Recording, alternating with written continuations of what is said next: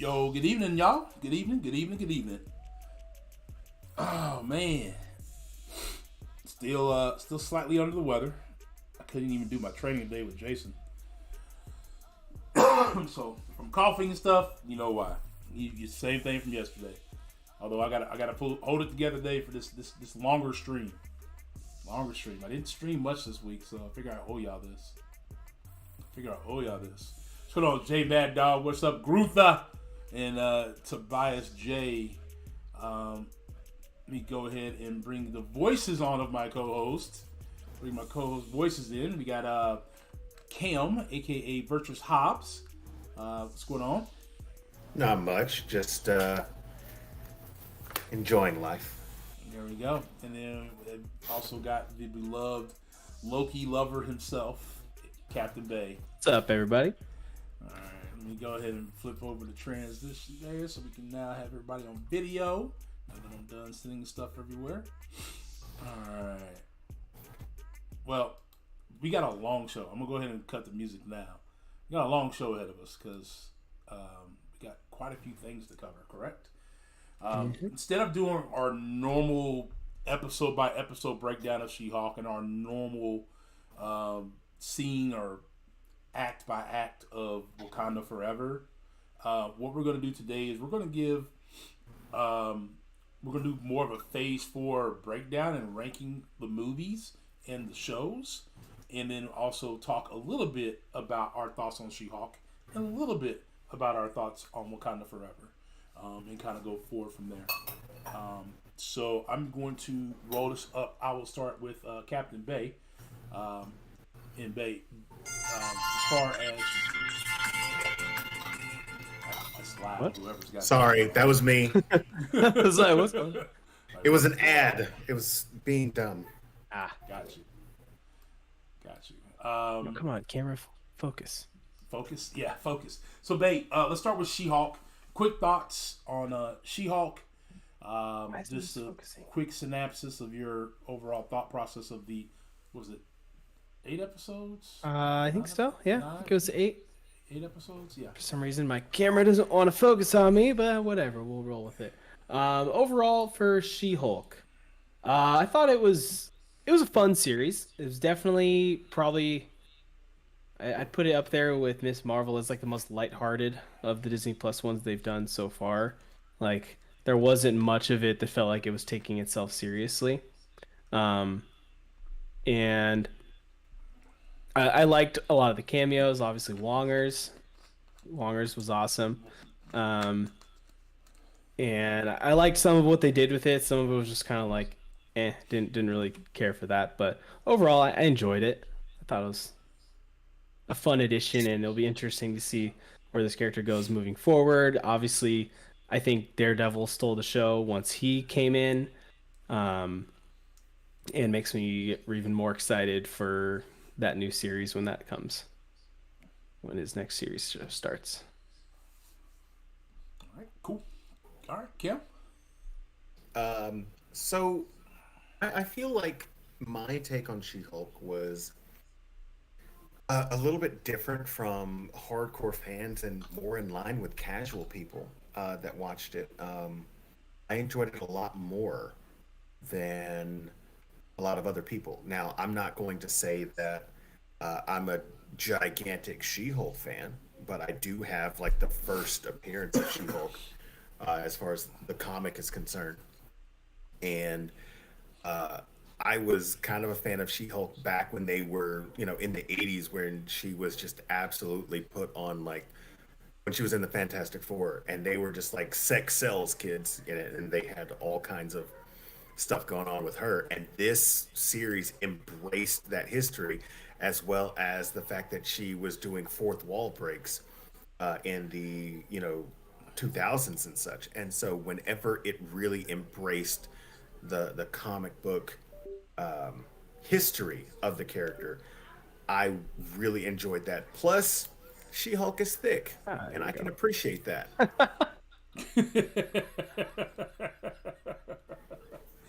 She-Hulk Love the is honesty. thick. I mean, I broke down and like, hey, it did this, this, and this, and it knew its audience. I mean, it's true. All This is right, true. Ghost, what were your thoughts on the show? Um, the show itself, I thought was again, like you said, fun, kind of fun-hearted, kind of light. I like the fourth wall break because that's what she did in the comics. That was what she did, right? Did I feel like the fourth wall breaks were always clean? No. Mm-hmm. They kind of rewrote the story from what they were initially going to do with it. So there was some stuff that was in the beginning that was actually planned to be in later, but would have felt weird if it was in later. So like the courtroom scene was supposed to be like in episode like 6 or 7 or 8 even, which would have felt really weird as the introduction of Jennifer Walters as the She-Hulk. Then versus just making it right out because the show's She-Hulk. We're not gonna want to wait 3 or 4 episodes for her to come into her own. We want to see the She-Hulk and what she is. And so the show overall, the ending kind of was like, I get what they were doing, Mm-hmm. but it almost felt like to a point like they just didn't try. And it kind of threw things off for me and a few other people as well. I'm sure. It just didn't feel. The ending felt incomplete. Like she went and seen Kevin, the AI, and then when she was done talking to Kevin, the end just happened. Like nothing really happened. It's just the end happened, Mm-hmm. and then we seen Scar being introduced. As Hulk's son, which is why he went back to Sakaar. It was okay for me. It wasn't. It wasn't the best of the Marvel Disney Plus shows. It was. It wasn't the worst either. So Mm-hmm. I'm okay with it. We'll get into our rankings. Yeah, we'll get into our rankings later. Let's see. Then we had Wakanda Forever come out as well, which I was very excited to see. But I'll let Cam. I'll let you start with your thoughts of Wakanda Forever, and you can take a little more time than we did for She-Hulk. I felt like it deserved a little bit more time. Okay. Well, Black Panther: Wakanda Forever, of course, being the sequel to what is it, 2018's Black Panther, had a very tall order due to the unexpected death of the star of the movie, Chadwick Boseman, back in 2020. And so, in order for this to work, it has to, if they are not recasting T'Challa, Mistake. which that's a whole thing that oh, Oh, I'm gonna touch on. I'm that gonna talk. that's a hot take. I'm gonna talk about If they're not going to recast him, they have a tall order to continue the legacy of Black Panther or the legacy of Wakanda while still telling a cohesive story and at the same time honoring their co-star and their friend Chadwick Boseman. Me personally, I felt like the movie was good. It was full of heart, but at the same time, I feel like it wasn't that great. I don't think that it's a miss. I think that Ryan Coogler is still batting 1,000 as far as the movies that he comes out with. But at the same time, there were some things with specific characters. And I understand what they were trying to do with those characters. I'm just saying that for the sake of pacing and storytelling, maybe it didn't work out as well as it could have. But I understood what they did. And I'm trying to do this without spoiling anything. The movie is relatively new in theaters, and I don't want to Yeah, ruin the like surprise. there are a couple people who said they haven't seen it yet in the chat. Yeah. So I will say, without spoiling anything, there are three standouts, in my opinion. There is the very important standout of Namor, and I wish I had taken notes Mm-hmm. because I don't have his real name. But Namor is an incredibly good character in this movie. Then you have the standout, which isn't surprising because they did give her more to do. Queen Ramonda, played by Angela Bassett, just absolutely slayed. And then you have, in my opinion, and even though you may not see this coming, I felt like Winston Duke totally had more of a grounding M'Baku's character. stance Yeah, in about M'Baku. this character. Mhm. Yeah. And that's not to say that everybody else was not as good or anything like that, but those three characters absolutely, like, with all the things that they had to do, those three characters nailed it. And I don't Namor's. think that Oh, I was Well, gonna say I was Namor's name, Tanakh Haruta. I totally butchered that, but it's something like that. I'm sure you butchered that, but it's Yeah, okay. We yeah. get it. We get it. But I think that they did exactly what they needed to do to honor Chadwick Boseman. I think that the story worked for the most part. There are some issues with decisions that characters make in the movie, and then I have issues with other characters. Period. But overall, much more enjoyable than any other Marvel release in 2022. So real quick, I want to say what's up to DTX. I want to say hello to Manuel, Hussein, Jason Jabari, aka J Will, and Gills for Fan. What's good? Welcome to the Phase 4 breakdown show. We are giving our quick thoughts about Wakanda Forever. Cam didn't want to spoil it. I'm probably going to say a couple things. I don't think any of it's big spoiler stuff, but there might be one or two things. I just want to touch on real quick. But Cap, I'll let you go next. All right, so yeah, we're not fully doing spoilers then. Not full spoilers. Okay, I mean, I'll be light with it. It's been out for what, like 2 weeks now, I think. It's been out for 2 weeks. 3 weeks. Most people like who come to this, okay. Spoiler alert. Go ahead, Cap. I'll still keep it tame. I won't go full spoilers. Overall, really, definitely really liked the movie. But as Cam said, best one of 2022 for the MCU. And the characters that he mentioned definitely were standouts. Shuri, of course, I thought she did a really good job. Obviously got thrust into a much more prominent role in this movie. I liked just about everything they did with the Namor character. They really made his, and this is what stinks, is like, obviously if Chadwick was still alive, I think we would have gotten an even better movie, and that's not to knock anyone in what we got, but you could definitely see where they were trying to parallel Namor with Chadwick Boseman's Black Panther and have that back and forth between them throughout the movie, and I think that would have made it even better. But that being said, I still did really enjoy it. I think maybe this is one of the characters that Cam was hinting at was Riri Williams. I felt kind of like her character was irrelevant in the movie. Like, it didn't seem like she was very important. Obviously, as a cool introduction for her character, and it's just hyping up for her show that's coming. But to me, it didn't really feel like she needed to be in this movie.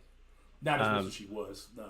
Yeah, like, the introduction was fine. It was cool. But... Yeah. So yeah, that was. I felt kind of the same way about Everett Ross and the whole CIA and everything with them. Again, if you take out Shuri's character, you have no need for them to be in the movie either. So yeah, that's kind of where those were the kind of the negatives. But overall, yeah, loved Namor. I thought his character arc was amazing. There is a good cameo. I'm not going to say anything about that, but that was a cool moment. You know which one it was. Cool cameo. I won't say which one. I didn't say it. Do I want to spoil? Just hint at it. Just hint at it? Now I know who you're talking about. about. Okay. I was like, I thought I was being obvious when I said that. There was only really like one big cameo. Yeah. All right. Well, yeah. Cool cameo. I don't know what you're talking about. You don't know what I'm talking about? I'm watching you. um, but yeah, it obviously had, like you said, the tall order of trying to of Chadwick dying, but also just trying to follow up Black Panther, the first movie in general, was a tall order, and I think they did a good enough job for that. And very emotional movie. They definitely went all in on trying to hit you in the feels for this. And you could really feel in all the actors when they're grieving for uh, uh, T'Chaka. It's like you're watching them act, but you feel like that's their real grief for Chadwick. And you could really feel that, I felt like. And I thought that Yeah. was really good. So, trying to think of how much of this I want to talk about. So they opened the movie up, making us relive, which I wasn't a fan of. I thought there was several different ways they could have rewritten that storyline to have not have Chadwick there, but I guess they are steadfast on not recasting T'Challa. Wasn't a fan of that part. Overall, the movie I loved. I did love the movie overall. Wasn't a fan of that part. I felt like Namor in T'Challa's, or not Namor and T'Challa, Namor and Killmonger's storylines were pretty close to a point. I mean, obviously, Kukulkan is, I think it's Khan. yeah, Kukulkan. Khan. Kukulkan. Don't forget that As L. they called him, the Serpent King. I Feather mean, he's been serpent. alive a lot longer than Killmonger ever was. Was Killmonger the better villain? Yeah, I think Black Panther 1 set the bar extremely high. Yeah. To where Black Panther 2, even though it was very good, still missed the mark of Black Panther 1 for me. But in overall, the best movie of 2022 and one of the best Phase 4 movies, I thought, this for Phase 4. I wasn't excited about who they killed off in the movie. I wasn't excited about the fact that they brought in this at the end of the movie. They introduced Shuri to somebody that could be potentially important down the line, or they could just be serving up. Here, we're not killing them off, but we're doing this instead. This is our way of recasting. Yeah. In a way. So I don't know. We'll wait to see how that goes. I wasn't a big fan of it. I'm never a big fan of anything that paints that kind of negative light on children growing up without their parents. But it is what it is. I'm gonna leave it at that. Try to not to spoil too much. But cool. All right. So our main purpose tonight is to rank the Phase 4 movies in the Phase 4 shows. I didn't like her wearing the golden jaguar costume. She just didn't feel like she was the Black Panther to me for Wakanda. I keep talking about it, but The one thing, yeah, I mean, I guess I could agree to that because it doesn't seem like she earned it, like in the past of how you're supposed to become the Black Panther. It's just kind of like, oh, she created the herb, so she took it. yeah, So she just voluntarily like made herself the Black Panther. pretty much. Well, All right, well, that's where we're leaving it. What's going on, Chris that's Brown? all How I'll we say. doing? I mean, I don't think any of that's spoiled because we can pretty much know everyone knows from the trailer at this point. Yeah, what's going on with the Wild Blue and how Lou Gerald? How we doing this evening?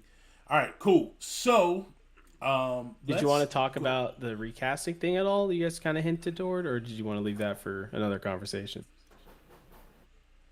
I think I said it. Okay. I wasn't excited about the beginning of the movie. There was several ways they could have rewrote that. T'Challa could have been off on a secret mission. We have Secret Wars coming up. It could have been several things that they could have done to have T'Challa not be there, and still need and still need the Black Panther for still need to remake the heart shaped herb for Shuri to take it to be the current Black Panther, the protector of Wakanda, and still had T'Challa off on a secret mission with the new Avengers or doing some work on the side for somebody else, trying to prevent something else more galactical from happening. There's other ways they could have wrote that for sure. I just thought that making us relive the making us relive that moment.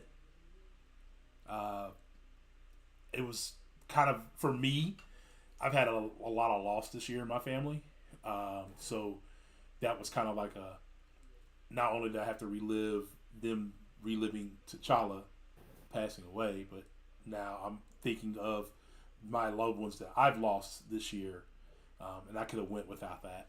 That reliving that part, because one of that situation was very, very, very similar to something that happened, because I had a loved one who was fine one day, and the next day they were fighting for their life, and a few days later they passed. Okay. So it was really rough. It was rough on me, rough on my fiance, rough on my sister-in-law, because they lost their mother, and that was how they lost her. Like, we literally were talking to her mom on Friday, and on Saturday morning we got a call that they were rushing her to the hospital. Damn. Yep. So, and we lost her Wednesday. So it was very quick. Nothing we could do about it. Nothing we could do to save her. They tried everything and nothing was working. So there. I'm going there. That's it. All right. But I did tell my girl that the funeral I thought was very, very paid for, respectful wise, and that's how I want to make sure that if I get buried, do me like that. I want a big parade outside. You got it. All right. I want the whole country to run a parade for me. Okay, guys? That's right. Is that too much to ask? Too much to ask, I think. I don't think so. Not too much. No, Gruther, it's good, and we're healing. We just came through the holidays, so happy holidays to everybody. We're in the holiday season now, so we're going through something a little different now. And it's just someone has to be strong. Right now, that someone's me. Mm-hmm. So, because it was their mother, so I kind of need to be the person.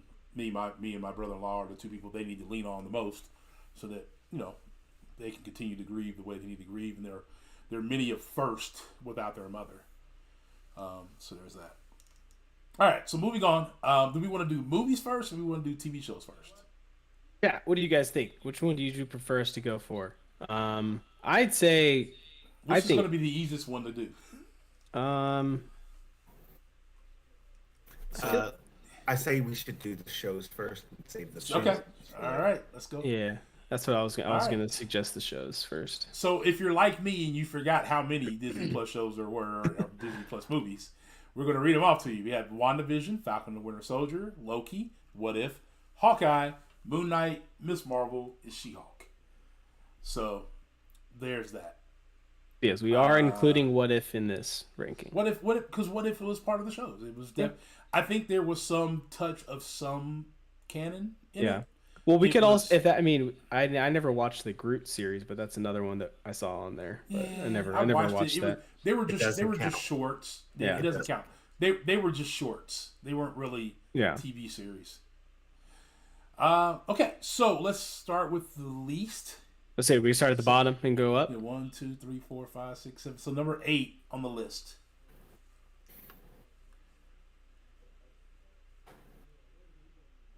Cam. Okay. Let's start with you. Number 8. Number 8, the very bottom of my list, and this is not going to be the bottom of a lot of people's list, but I have it there for a very specific reason, is Moon Knight. Moon Knight is my least favorite Wow. Marvel show I did that came not out in expect that. That's phase much 4. higher up on mine. And I'm going A to little tell bit you, higher on mine, I'm for going to sure. tell you exactly why Moon I Knight. kind is of so remember you had a lot of gripe with Moon Knight when it happened. I can't remember exactly what it was. I do. The gripe is not lifted. My beef with Moon Knight is as large as a Texas-sized plate. Um, and here's the problem that I have with Moon Knight. And here's the thing: it has nothing to do with Oscar Isaac. Oscar Isaac did a great job playing multiple roles in this show, um, and it had a lot of promise. The problem is this: television and movies are a visual media. And when you have these very I remember that. important moments, these pivotal moments that are not shown, you're failing in your media attempt. If this was a screenplay, if this was a book, all right,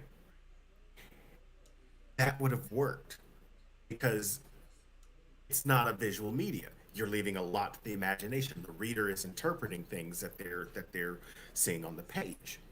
That's not the same with TVs and movies. In that case, a director and actors and people that work behind the scenes are presenting something to you.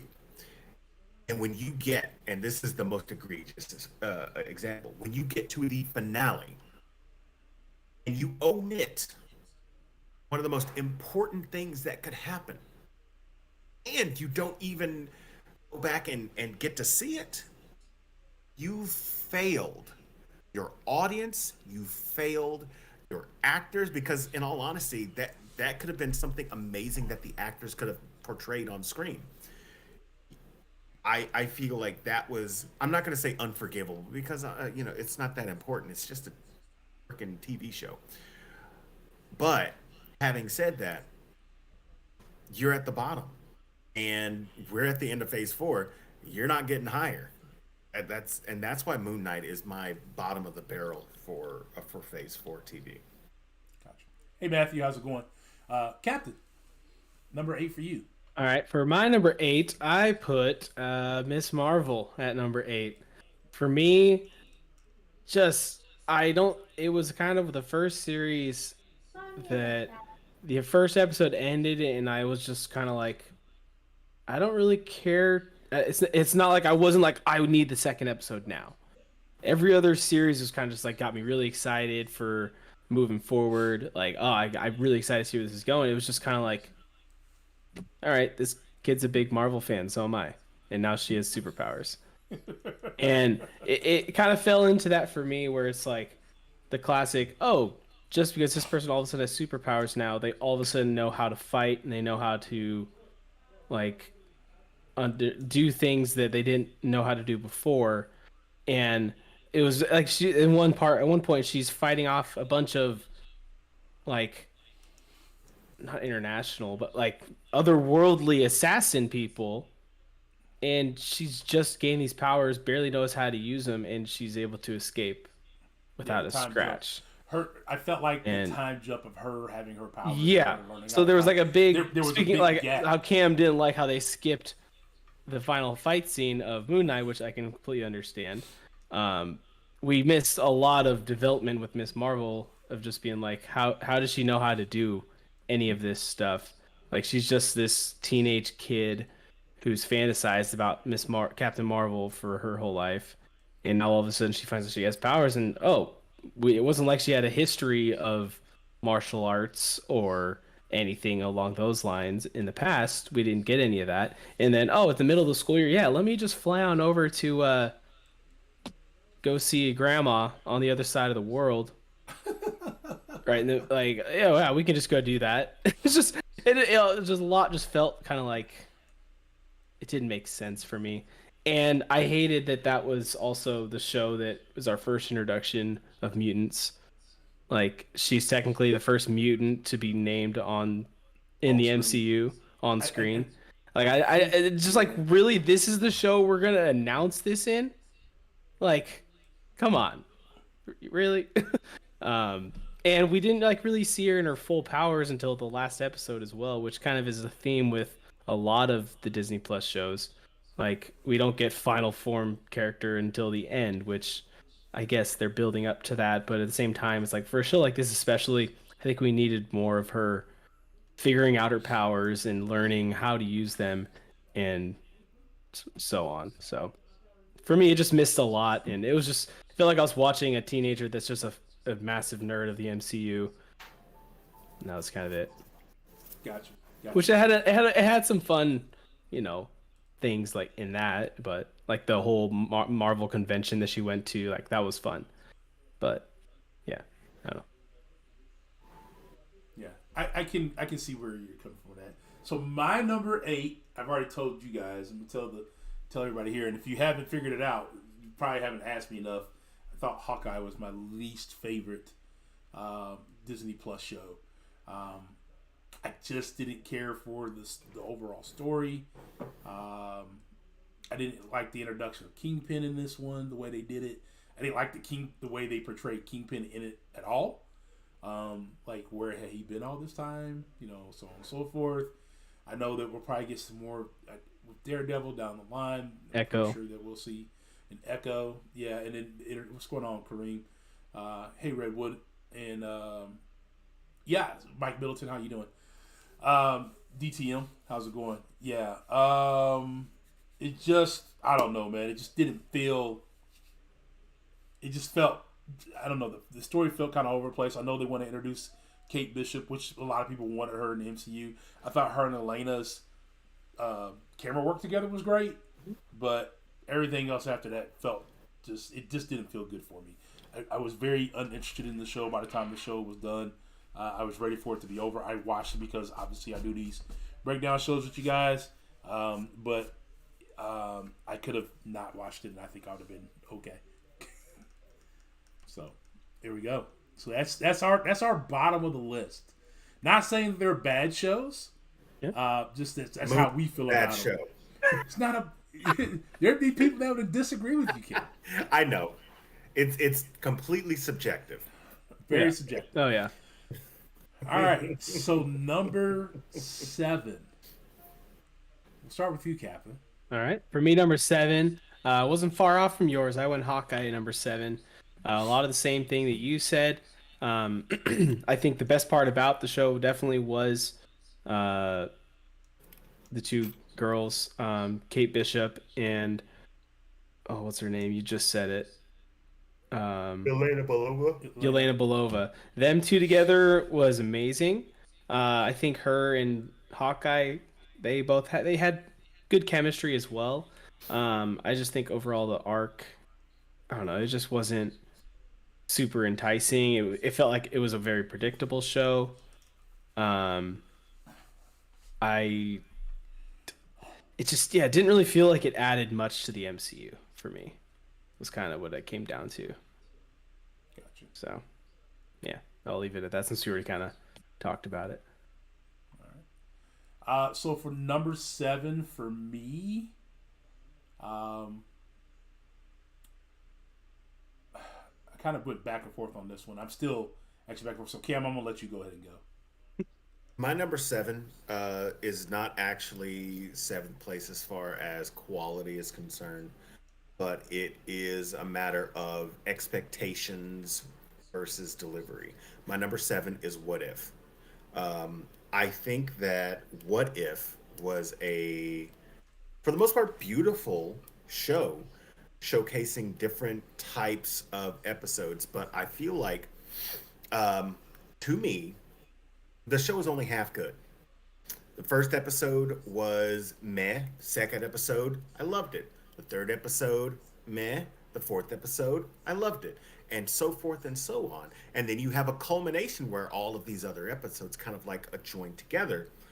And that episode it's pretty good, I'll be honest. I think that there's a fight in the I want to say it's the next to last episode between Ultron and the Watcher that I think was just more visually pleasing than the finale. But overall, I was expecting a lot more from the show. And there were just some things that just did not work for me. Things that didn't work for me are things like the Marvel Zombies episode didn't work for That's me. what I was gonna say. The Ferris Bueller's Day Off version of Thor didn't work for me. There what was the first episode was Peggy Carter. What if she was Captain Peggy Carter? Carter. What if Captain she was the Carter, first Captain Avenger? Britain. Here's the thing. That wasn't even a bad episode, but I was bored with it for a lot of it. It basically just mirrored the first Captain America movie and just made her a female. the Her more that instead of they Cap. the more that they went outlandish at times, I enjoyed it more. But at the same time, some of them they went so outlandish that it was in the realm of ridiculous. So for me, even though they were able to get some of the actors back and reprise roles, which is great, especially in Boseman's animation. last role. Last voice role, yes. Yeah, his last voice role. Even with those things, I just felt like some played it safe and some were just out there to the point to where they were ridiculous. So for me, and this is it's a little inflammatory in my opinion, more so than Moon Knight being number 8. Number 7 is What If for me. Okay. So I think I settled on my number 7. I want to settle on my number 7 is She-Hulk. Again, I thought there were some. Don't look at me like that. Don't look at me like I'm allowed to have my own opinion, sir. We looked at you like that when you said Moon Knight at 8. So I was just surprised he even said Moon Knight at 8. But although it was, so here's this as a toss up between. Here's goes between 7 could have either been Miss Marvel or She-Hulk. That's kind of where I was at. And I went with She-Hulk only because the ending of it, I was kind of like, did y'all just get lazy? And like it went from the Kevin AI to the end. The introduction of Daredevil was cool, and their relationship was kind of something different that you don't see on a Disney show. yeah, But the introduction to She-Hulk was great, and then every episode in between just felt like it was dragging along. And then the Titania role, like she popped up at the wedding. yeah. Well, I mean, even the reason she popped up in the first place, like, why was she even there? Yeah, why was she there? Yeah, that never got explained. Why was she in the show? there? And and she kept popping up. She stole her name to use it for copyright her name for a line. Like, come on, man! Like that's just a lot. And I just didn't. Those episodes too. I did like the one where she was with Blonsky and all the other people at Blonsky's little retreat thing. All the other I thought that was mutants that were there. Yeah, I didn't know what to call them. And so I thought that was a decent episode. I thought the first episode was good. I was really excited after the first episode. It was kind of funny to watch Bruce get upset to be outdone by his cousin. Like, he was upset to find out that she didn't have this alternate personality. He's like, well, let's just get rid of that. Yeah. We never really found out, about where Hulk went. We kind of had an idea of where he went, but we knew where he went. We just didn't know why he was going or what was told to him to make him come.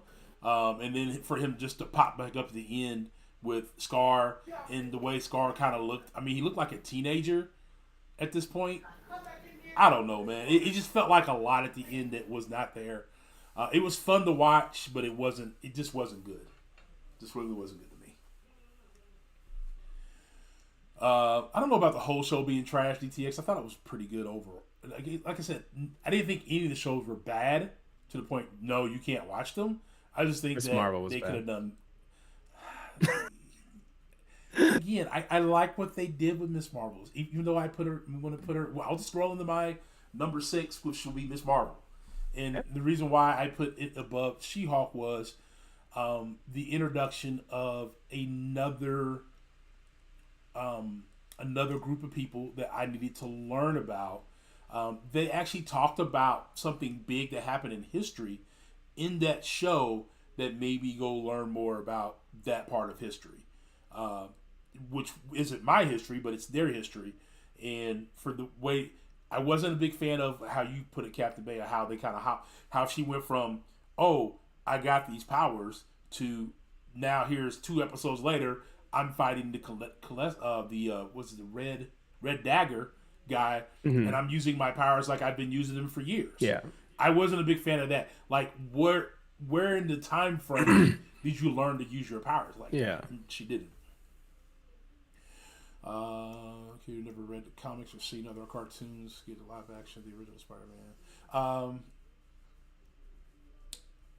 I was just reading a comment there. Sorry, my beef with the first show is how they made her out to be so amazing, then backslid so much towards the end, proving that Bruce had some points. Yeah. That the episode 7 where she went. I mean, I get it. You were mad, but because she was now Hulk, now every little thing became a big deal. Yeah. And I don't know, man. I don't know. She-Hulk just felt bad. And then Miss Marvel at 6. Like I said, there was a lot of things I liked about it. As far as like, I liked the look of it. I actually liked the fact they introduced her as a mutant, because the reason why they called them Inhumans back in the day was that they no longer had the right to say mutant. So now they have the right to say mutant again. She would have been a mutant if they had the rights to say mutant back in the day. Well, I don't think it was they didn't have the rights to. It was they didn't have the rights to. They couldn't call her a mutant. I heard that it was the reason they changed to Inhumans was because since they lost the rights to making movies with mutants, they stopped making story arcs with mutants and instead started calling them Inhumans, so that Fox couldn't use the Inhumans, they could only use mutants. So they wanted to stop giving them more plots that they could potentially make movies of down the road. So I guess they lost the right, but they didn't lose the rights to say mutants in the comics, but they lost it in. They lost the movie, so they decided to go a different direction. Yeah, which that's where the term Inhumans came from. Yeah, if they had never lost that in the movies, she would have been a mutant, and so would have the rest of the Inhumans. They always so I don't have a problem with them calling her a mutant. Let me just go back a little bit. It was the fact that was our first introduction of mutants. That is just to me like, really, we did it on Miss Marvel, the introduction of mutants to the MCU in a TV show that probably, I don't know, 50% of Marvel fans didn't even watch. Yeah. Kareem, Quicksilver and Wiccan, they're Tommy and Bill. Was it Billy? Tommy and Billy? Is that what their names were? Wanda's kids. Billy and Tommy. Billy and Tommy. Yeah. They never talked about them being mutants. Because they were a construction of her mind. Mm-hmm. So they never had to introduce them as mutants. Yeah. So we're gonna get to that a little bit later. We'll talk about that more. All right. So Cam, number 6 for you. My number 6 is Hawkeye. I feel like there were some things that were done right in Hawkeye. I feel like Haley Steinfeld's introduction as Kate Bishop was done fairly well. Actually having an original Avenger in a show was kind of nice. Mm-hmm. The fact that they referenced a lot of the Matt Fraction Hawkeye series was also great. I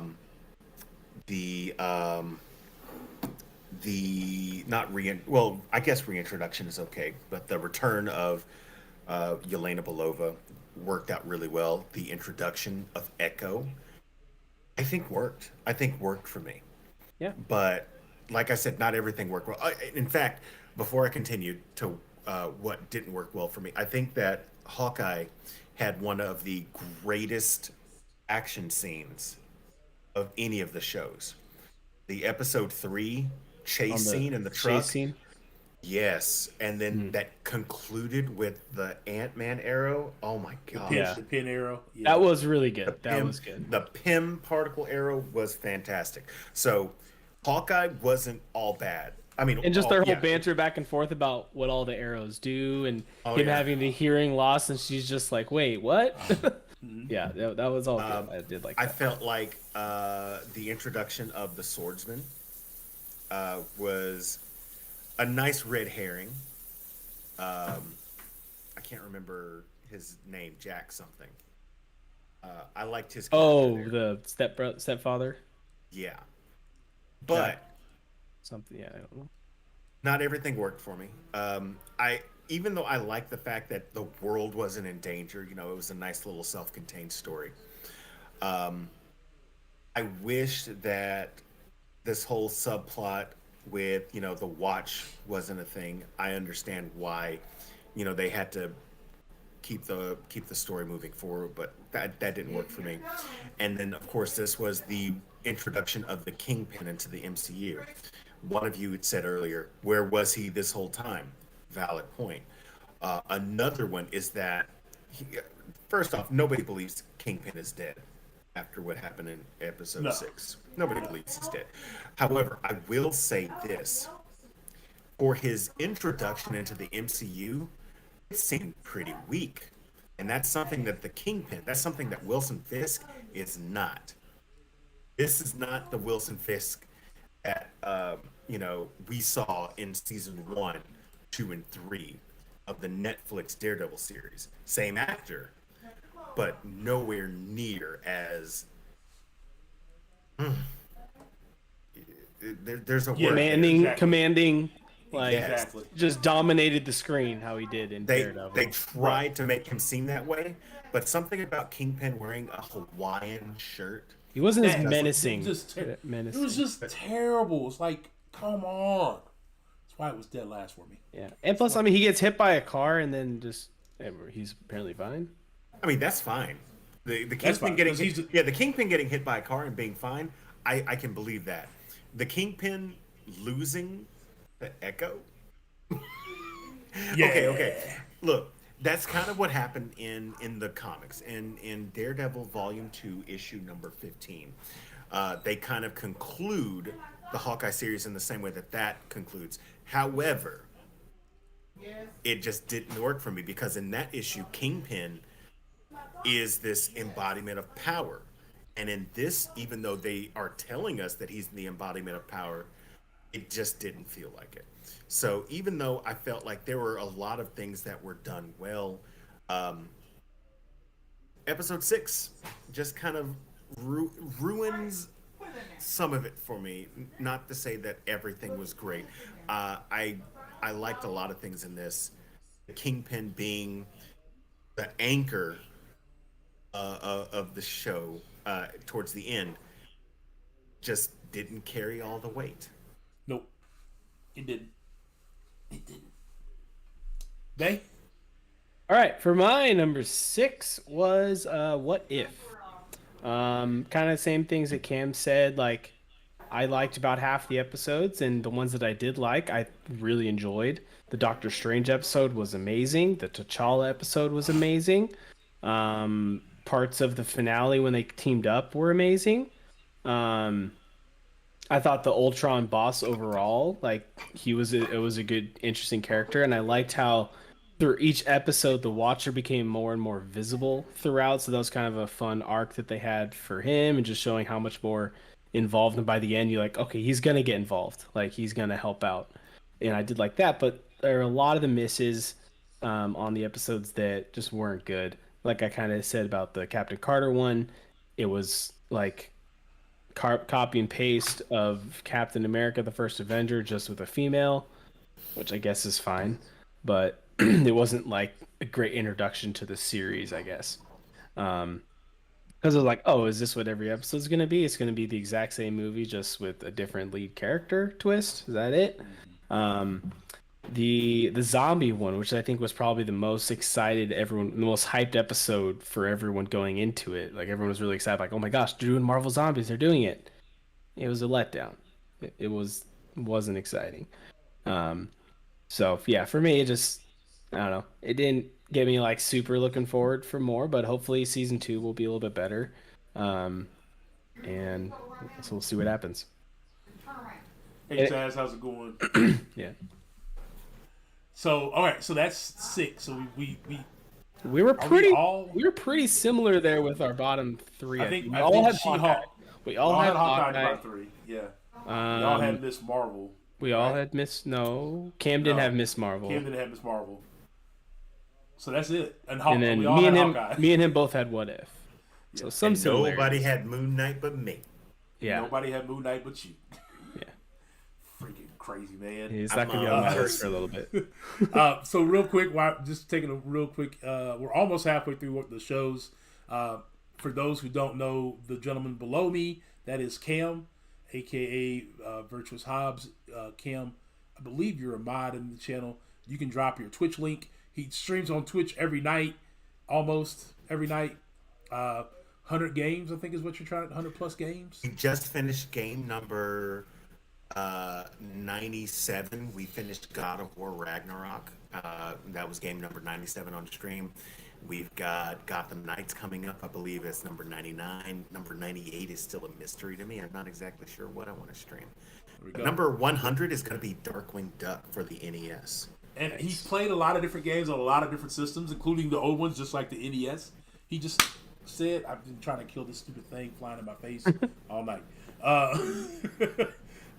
But make sure you check him out. Drop your link in the thing below. And then the gentleman to my right or your left or however it looks to you, I'm not sure. But this guy over here, that's Captain Bay. I know you guys haven't seen him on YouTube in a while. He finally did show Still up around. for. Still around. He did finally show up for. Cyber Week. Cyber Weekend, of course. Hey, let me drop all this money now. Here's all this money that I'm not making money off of videos. So if you guys could go watch the video, they'll like what I really appreciate it. I need that money back. Yes. So make sure that if you haven't, check out that for him.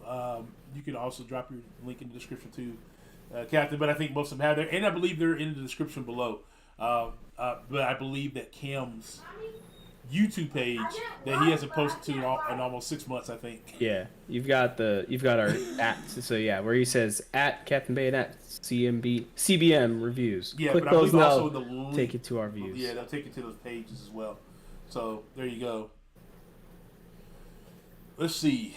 All right, so number 5. 5, middle of the pack era. Moving right along. Cam, we'll let you start with number 5. My number 5 is Miss Marvel. Okay. I feel like Miss Marvel was very important. Not necessarily for me, not necessarily for a lot of people, but I think that she's a character that is going to do for a lot of kids in India and Pakistan and of the Muslim faith in the same way, that I'm gonna make this comparison, even though it's not apples to apples, but it's close. In the same vein as, like, say, Giant Size X-Men #1.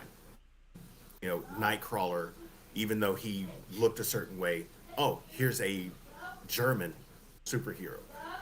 You have Colossus, here's a Russian superhero. You've got Storm, here's an African superhero, and she's a woman of color. You've got other characters that they were introduced from different places in the world, like Banshee and Sunfire and Warpath, and it was able to give representation.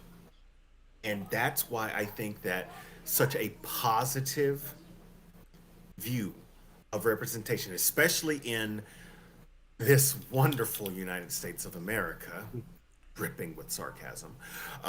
Didn't notice that this character and the view of the family and the culture was seen.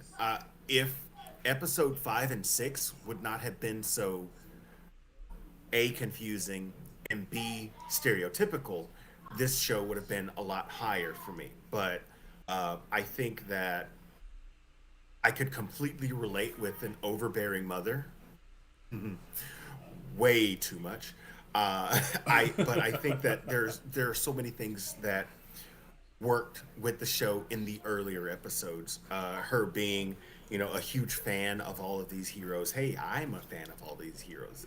Having a kind of overprotective family. Hey, I had one of those growing up too. So there are a lot of beats. It's like these they're very similar to us, and the only reason why we see them as so much different is because we're looking for those differences instead of looking for the things that connect us as humans. And I think that this show was very important. I just wish that it would have stuck the landing a little bit harder, which is why it lands at number 5 for me. Okay. For number 5 for me was going to be Moon Knight. For a lot of the same reasons that Miss Marvel fell to number 6 and She-Hulk fell to number 7. They all three could have been interchanged at any point. Strong starts, plot holes galore in the middle parts, and then where Cam kind of said the biggest fight scene at the end, and we got to see none of it. It just happened. It just happened, and when we flashed back to it. So, but I did like the fact that. Why I'm drawing a blank on the actor's name.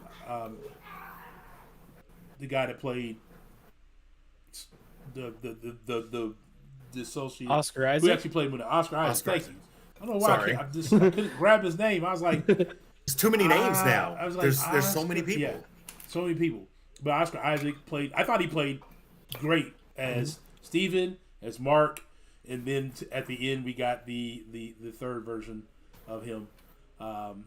Which is it Tom? It's Jack. Jack. Yeah, thank you, Jack. It's so many names to keep up with. But yeah, and to see what season 2 of that's going to bring, gonna hope we see more of Moon Knight. That was one of the big complaints about a lot of the Moon Knight fans. It's a show called Moon Knight, and we hardly seen Moon Knight. Mm-hmm. But the different personalities had their different suits. That I thought was kind of interesting to make that happen as well. So that's why it kind of felt above some of the other shows for me. Although there was that big plot hole in the last 2.5 episodes that I felt like they could have addressed a little bit better. It still felt like a little bit better than the other 2 shows for me that I ranked just below them. Captain. All right, for me, number 5 is She-Hulk. She-Hulk number 5.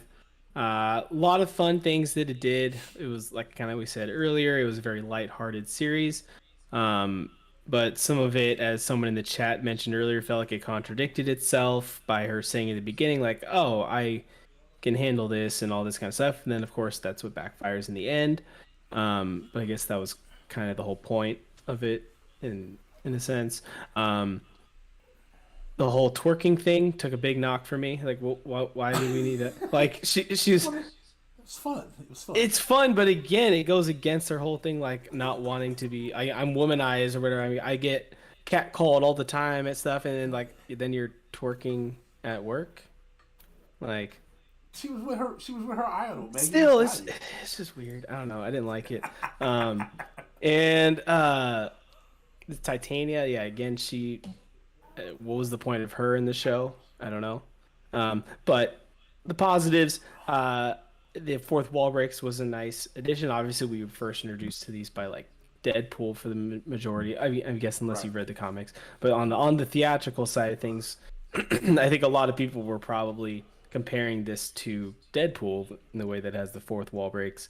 I thought overall they were good. The cameos made the show a lot more fun. If they didn't have any of those cameos, I think the show probably would have been a lot more down the list for me. Daredevil, once he came in, that was probably my favorite episode. And yeah, I don't know, all the dating episodes and everything.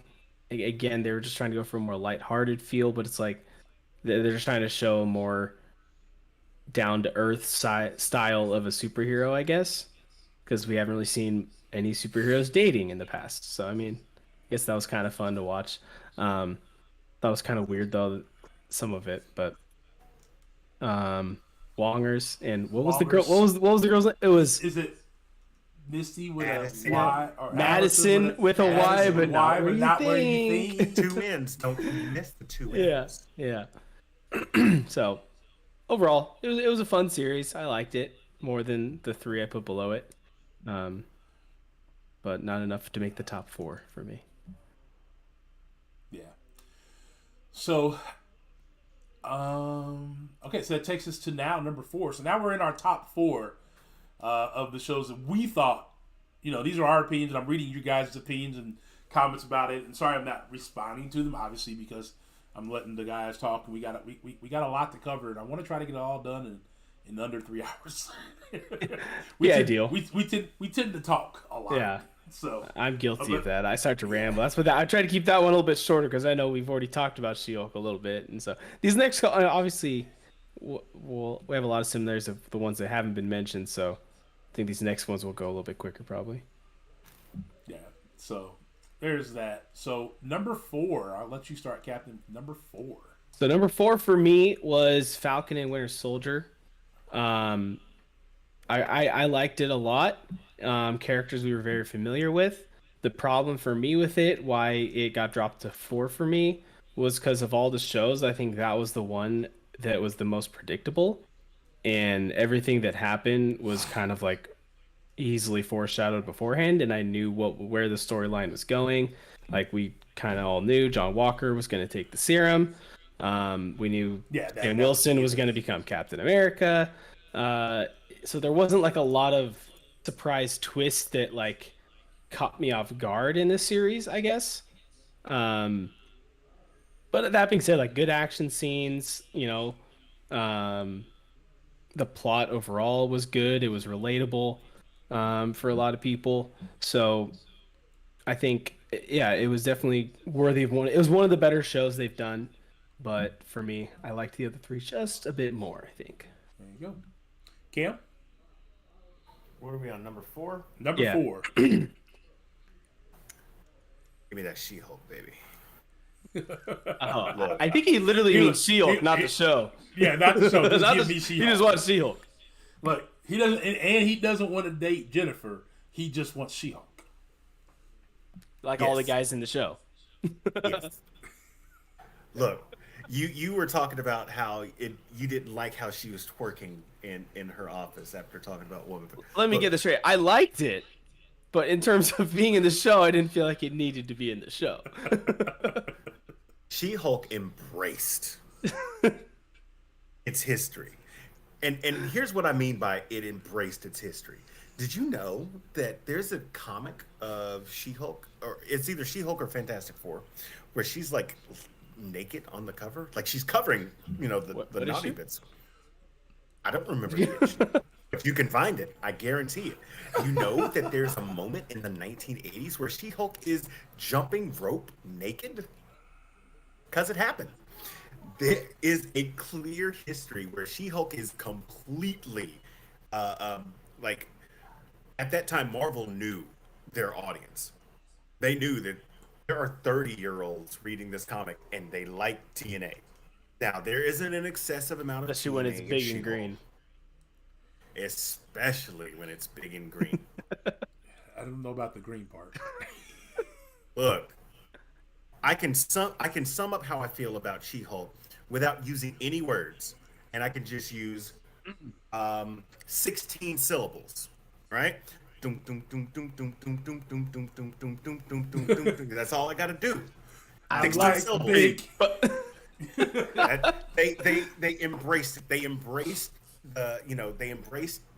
Jen Walters and She-Hulk. They embraced the fourth wall breaking, and I understand that a lot of people did not care for for how the finale went.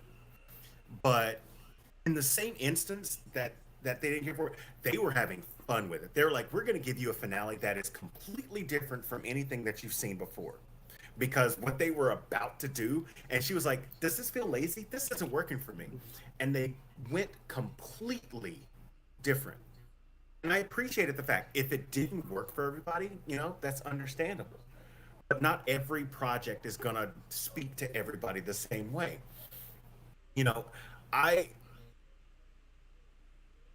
As myself, Black Panther is going to hit me different than it's going to hit somebody who doesn't have my same upbringing. I can watch Luke Cage and enjoy it for what it is, but somebody who lives in Harlem, it's going to hit way differently.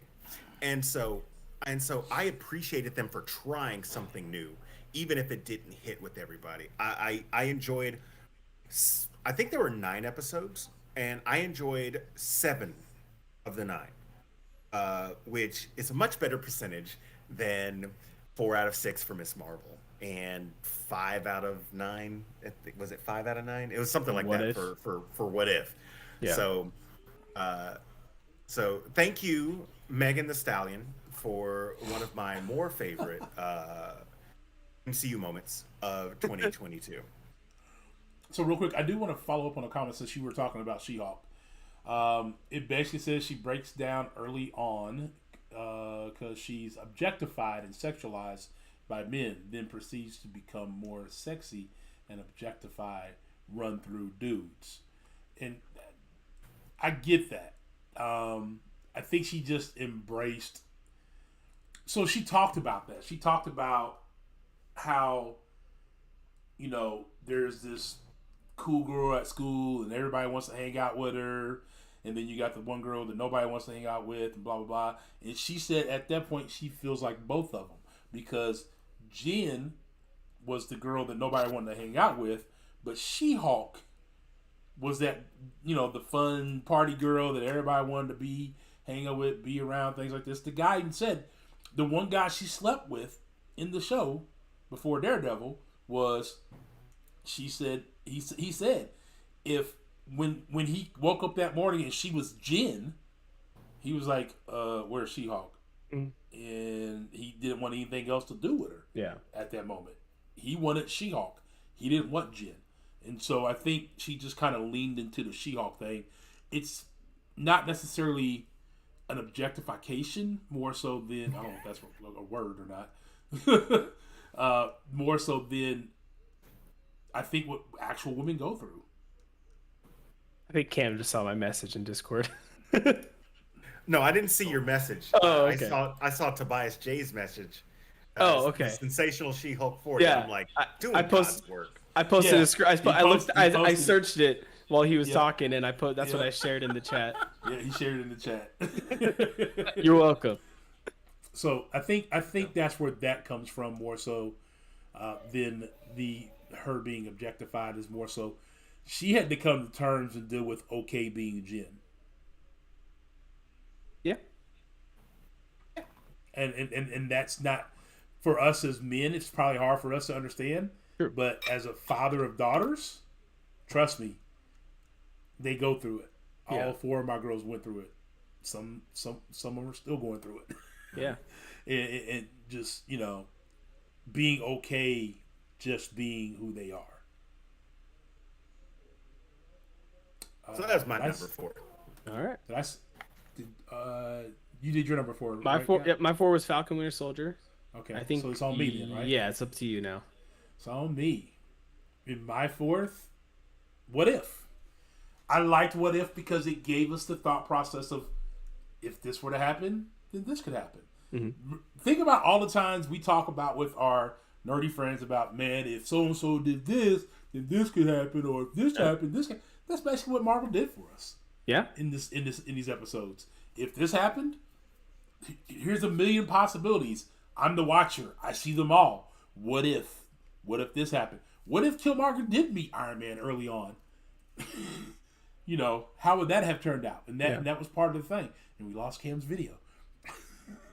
We got his picture. Bye, Cam. Lost his video. And I really did enjoy that about What If. There were a lot of episodes. The Thor episode, which was kind of like, and then there was another. It felt like almost like every other episode until the last 2 episodes. So like, T'Challa being the Guardian of the Galaxy, I thought that was a good one. Oh, he just left the call. Oh, he's back. He's back. Wait.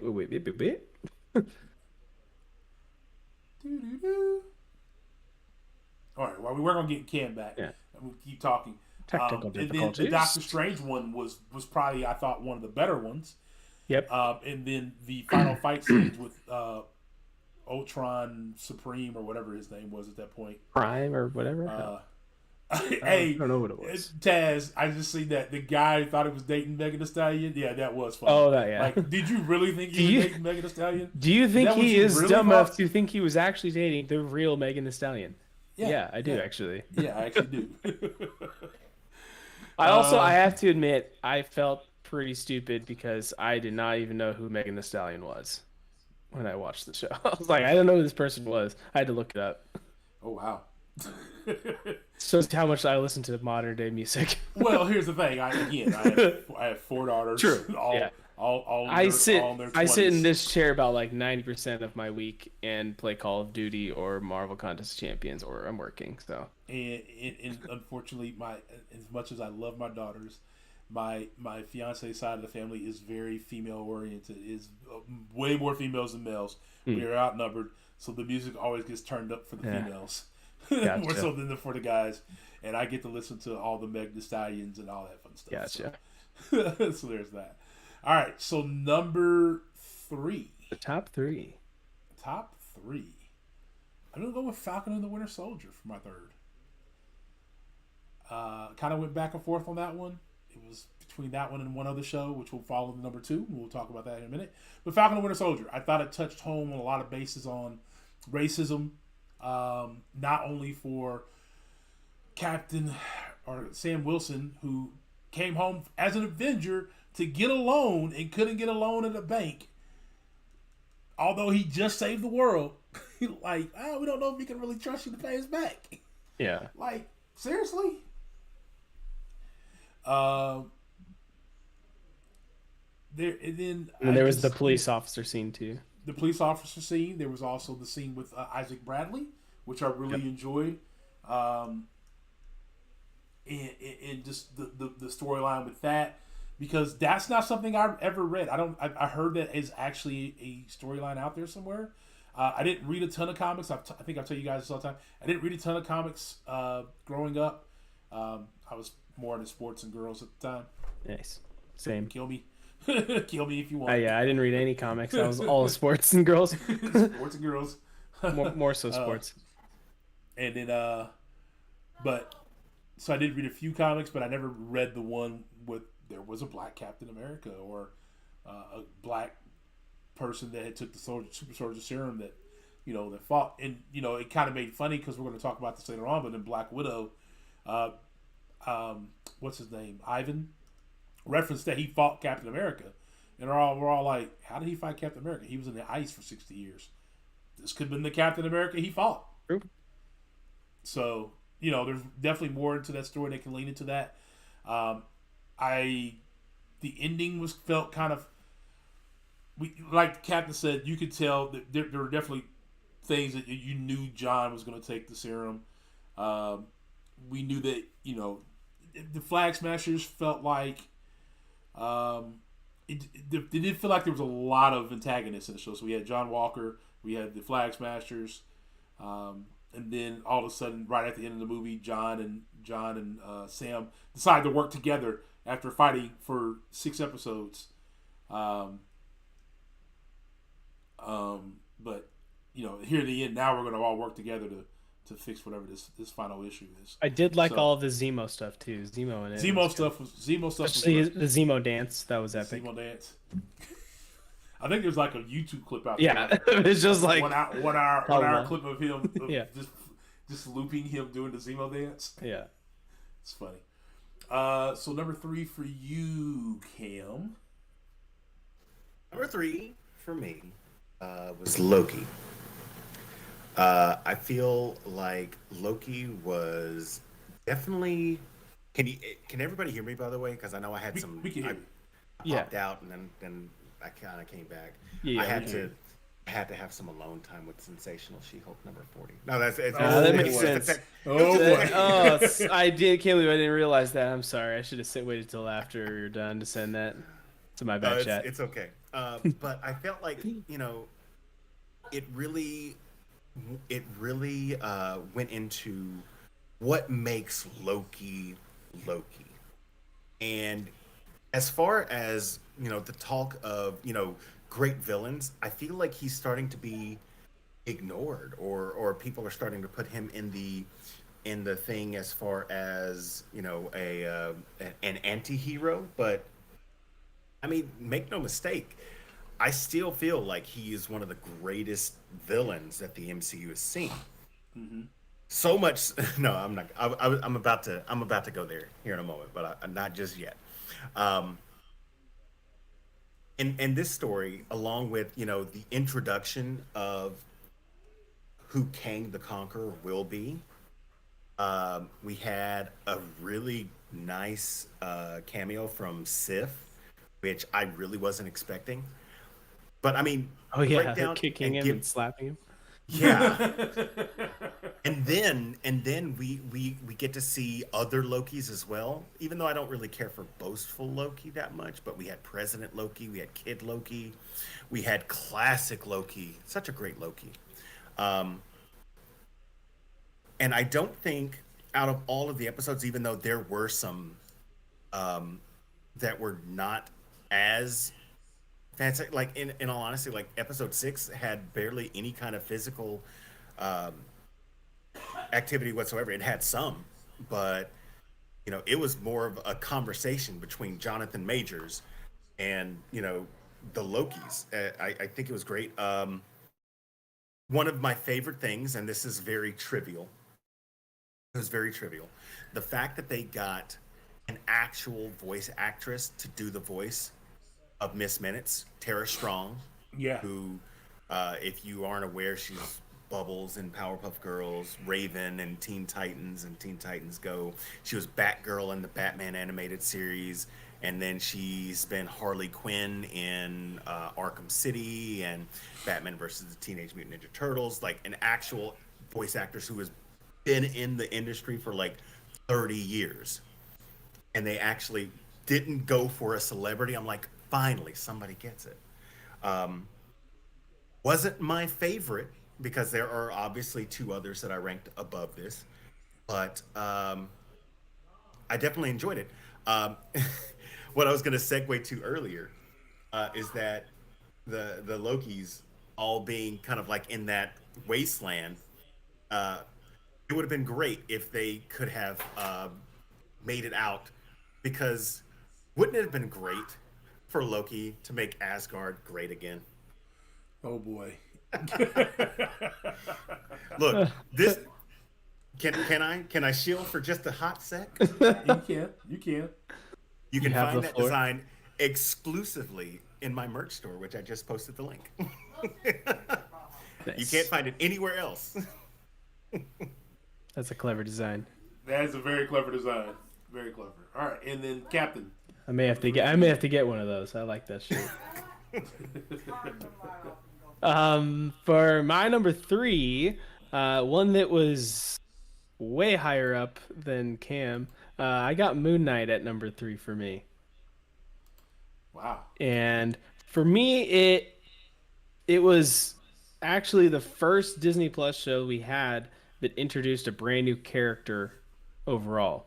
All the other shows prior to that point had been shows characters that had previously been introduced in a movie, like excluding like what even the What If characters. I guess outside of the one of the Watchers were in a Guardians episode or movie, but it was the first series that introduced a brand new character that we had no background on. So that alone just left everyone in the dark, like for the most part, except for the people who actually knew like his comic book origin and background.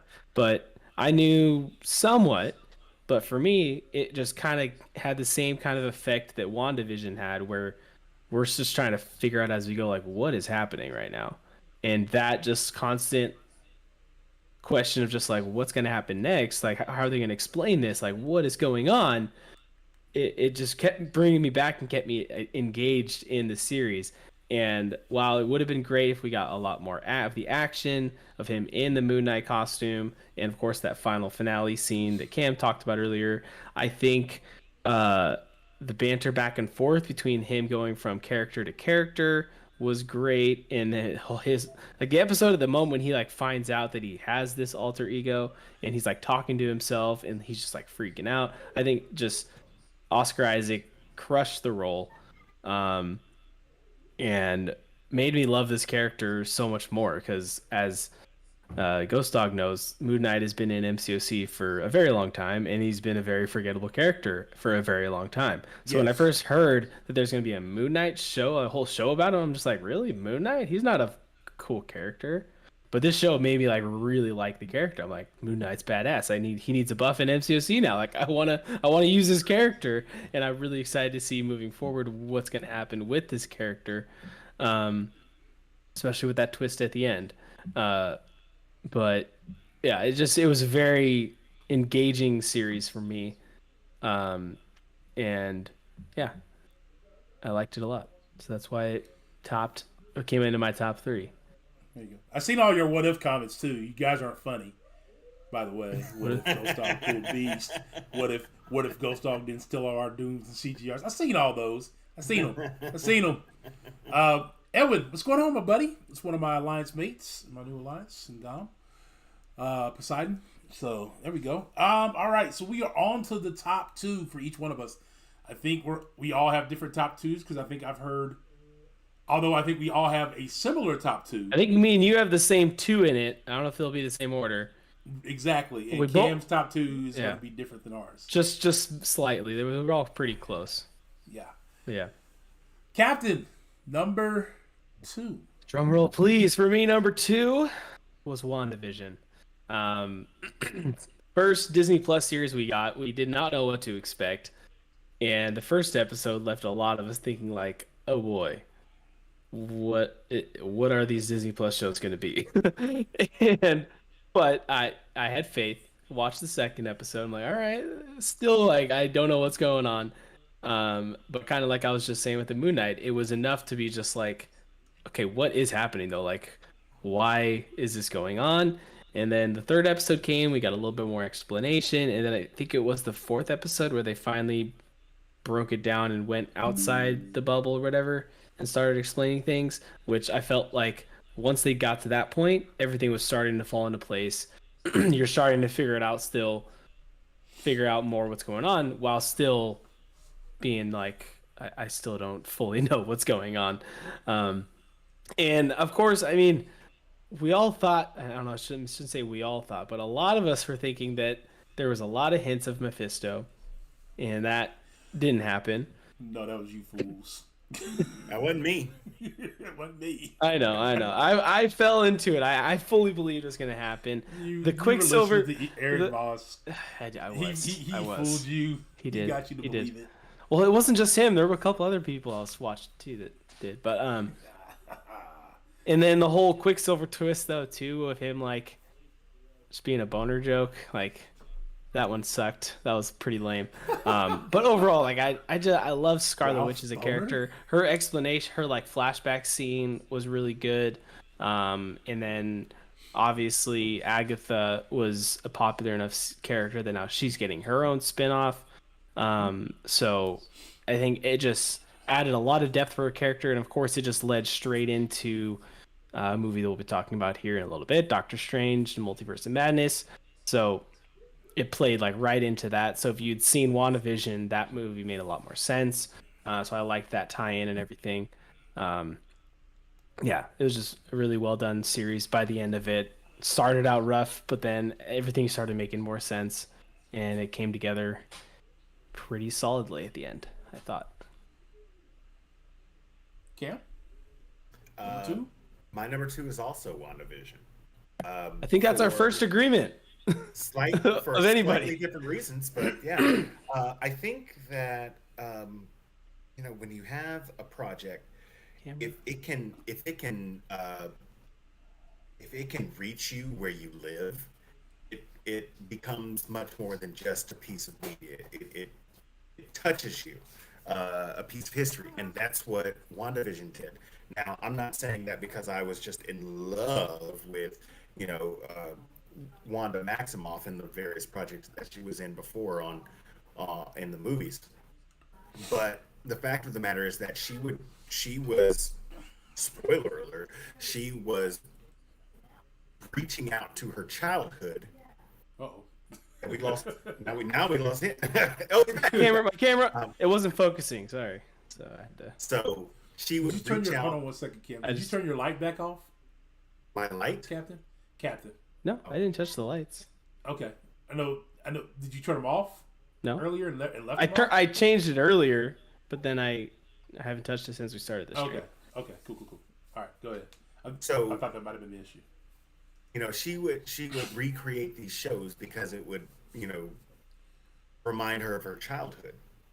And I know that this wasn't a thing for younger audiences, but when I was young and growing up, I would go to my grandma's house because my grandma had cable and my parents didn't have the money. She Yeah. had cable. I would watch these same shows that would come on Nick at Night. Back in the day, there would be these awesome shows like I Love Lucy and Bewitched and I Dream of Jeannie.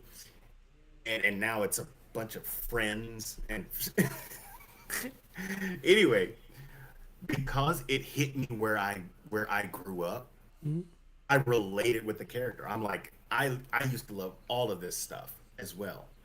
Um, so the fact of the matter is, not only did it hit me with that nostalgia, with something that I can actually relate to, but it hit us with the story of grief and how one person with a specific power set can process it in potentially a wrong way, as well as the biggest fake out. So you fell prey to the Mephisto vibe.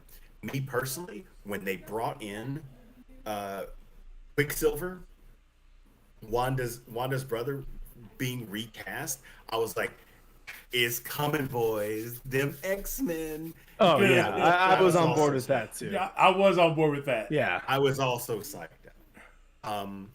But with the exception of the boner joke, I feel like me personally, I feel like WandaVision is the best show. It just isn't my favorite. And so for that, I put it at number 2. There we go. And we are all in consensus because my number 2 is also WandaVision. I won't go Nice. into a long drawn out detail because you guys covered it pretty well. I enjoyed the first 2 episodes of the Dick Van Dyke and the I Love Lucy. Brady Bunch type I Love Lucy's and all. I loved that. Yeah. I know a lot of people were like, why are they doing this? But I loved it. And then it got broken down a little bit later of why it was happening that way. And so that was pretty interesting. And then to see the breakdown in episode 3 of the first 2 episodes of what they were doing on the outside of this bubble that we didn't know was a bubble until we were told it was a bubble. We thought somebody else was controlling Wanda, and in the end, it was Wanda controlling Wanda. I think we did miss out on the fact that there were no Doctor Strange cameos as they were planned to be. But in the end, I think it still rolled off perfectly fine. I love Monica Rambeau. Oh, love Monica Rambeau. Oh wow. Can't Yeah. wait. Got Can't really wait. excited. I don't know. Let this man get excited about Monica Rambeau. I was got gonna my say. She-Hulk thirst on. He's got his Monica Rambeau. It's perfectly fine. I was about to say, who got more excited about him for Monica Rambeau or you for She-Hulk? That was a I close got call. more excited because there's naked jump rope scenes in the comics. Of course, I got more excited. But still, Can't wait to see what they're going to do more with her. Yes. And I can't wait to see her back on screen again. Whew. It's got a little hot over there, Ghost Dog. You all right? Hey, You turn on a fan or something? hey, as long as the missus ain't in there listening, we okay. You know what I mean? I ain't got no crush on nobody on TV. Other women are hideous. Yes, I do. Women are, Got yeah, an yeah. intoxicated women are gamer terrible. in the chat. Yeah, what's going on, Abdo? But yeah, I can't wait to see what they're going to do with that. Couldn't tell. A lot of people thought Wanda was the villain. Well, she kind of was. She kind of was. She kind of was. And that So, bled right into Doctor Strange. Yeah, and that's it. Just how you deal with grief of losing everything that you ever had. It started for her when she was a kid. She lost her parents. She lost her brother. She lost Vision. Yep. And then her kids. And then her kids in this episode, and you rolled in the Multiverse Madness, which we'll talk about a little bit later, and how you deal with grief. So then that leaves my number 1 as Loki. And same here. Yeah. I thought Loki just from start to end was absolutely one of the best start at the beginning shows. I can't wait to see what they do with Kang the Conqueror, or He Who's Remained as a variant of Kang the Conqueror. But yeah, it's just going to be interesting. Let's see, authorities. You've taken the entire town with hostage. Wanda, I'm not the one with guns. Yeah, Larson. Yeah, she definitely gave the villain feel for sure. She was the villain. Mrs. Ghost Dog slipping that Denzel mask on. Ghost Dog. She was definitely the villain, and I loved it. But yeah, we're on that Loki. You guys have Loki as your number one. Loki. I'm gonna let Captain, since we're on Loki. All right. Our number 1 and 2 were the exact same. Yep. Indeed. And so for me, Loki, I put it number 1, along the same lines of what Ghost Dog was just saying. But also, to me, it felt like that show had the biggest impact on what's going to happen moving forward in the MCU, and it felt like it's going to be the one that is most connected to the actual movies.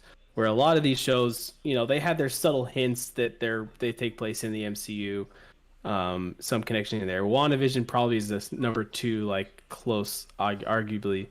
Has the biggest connection, but Loki to me just felt like what happened in that show has impacted a lot moving forward. And there's actually been a lot. I've seen some videos of people putting like that final conversation with Kang synced up with other parts that other shows. I think it was WandaVision 2, like the final battle of WandaVision. They like synced them up so that they happen, and like right when Wanda becomes the Scarlet Witch is right when the moment with Kang happens where the balance just switched or whatever. And so I don't know. We'll see how that actually all ties in, I guess, maybe. But yeah, for Loki, like just from the little subtle things of like how they use Infinity Stones as paperweights, like that's just like they just took the biggest the biggest plot from the last 10 years and made it just like such an irrelevant thing. Like, oh yeah, we have tons of those. It's just it's an Infinity Stone. It's just a paperweight. Like, holy crap! It just shows you like how crazy this is. He's like the TVA is the most formidable power. In the world. And just meeting all the different versions of Loki. The one weird thing was him making out with them kissing each other, I guess. But it made sense. Like it made sense. He loved himself. Yeah, and Loki loves himself, so it makes sense that he would want to kiss himself like Homelander. And it's been a while since I've watched the show too. I need to rewatch it. But yeah, the Kang introduction was just amazing and got me really excited for that character moving forward. We'll see him next in Ant-Man and the Wasp, Quantumania. Just beginning to end, I thought it was just the most well done overall, in my opinion.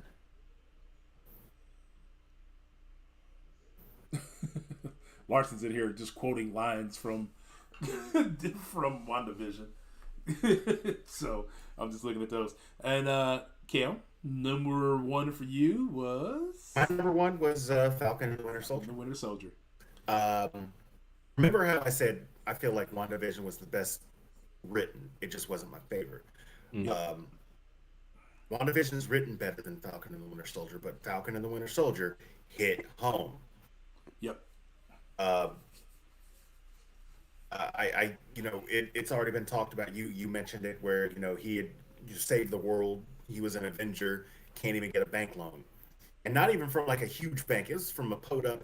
And the dude wanted to take a selfie with him. He was like, "I know who you are. Let me take a selfie." No, you can't have the loan. Yeah. And then they roll up on Isaiah Bradley's house, and the comic that you were talking about is called Truth. It was a 5-part issue story about the first Captain America, and I'm so glad that they referenced that here. And they take something that's fantastic, because in all honesty, superhero television and movies and things like that are in the realm of the fantastic. They took these things and they grounded them. They literally said in the show, and this was the premise of the comic, did you really think they were going to take this experimental drug and try it on a blonde-haired, blue-eyed white guy? Right. Now, who are they gonna have tested first? So the fact that they really kind of grounded it, and then of course the cops pull up and they get instantly aggressive at Sam Wilson until they Yeah. realized who he is. Who he was. Yeah. And then you had you know the new Captain America, which everybody was hating on him. I was like, let's give him a chance. He likes a little coffee and with his cream. He's all right so far. But then he got dusted by the Dora Milaje. Ooh, not dusted. He got his tail beat, and it was one of my favorite lines. He was like, "They don't even have They don't even superpowers. have superpowers. They don't even have powers." I also loved how the moment too when we realized all of a sudden they can just detach Bucky's arm whenever they want. Yeah. And he's like, "Did you know that could happen?" I did not. Yeah, they hit him like a Yeah, it's just whole arm like, whoa. just went dead. I think that it does have a stereotypical ending. Everybody comes and works together and things of that nature. Yeah, the flashbacks for Isaiah. Someone said that they wanted flashbacks for when Isaiah was telling the story. That would have been cool. Yeah. I just think it would have been too much production. So you're talking more money on a TV show they already spent, I think, $250,000 on, something like that. Maybe I'm way low balling it. I don't know. Was it? Yeah. It was definitely a lot of money they spent on it. I remember them saying they spent as much on that show as they spent on some movies. I wish they would have hinted a little bit at his grandson doing something, because his grandson was what was his grandson's name? Isaiah. One of them. Wait, I think Isaiah it was Brad. Isaiah. I think it was Isaiah. What was the older guy's name?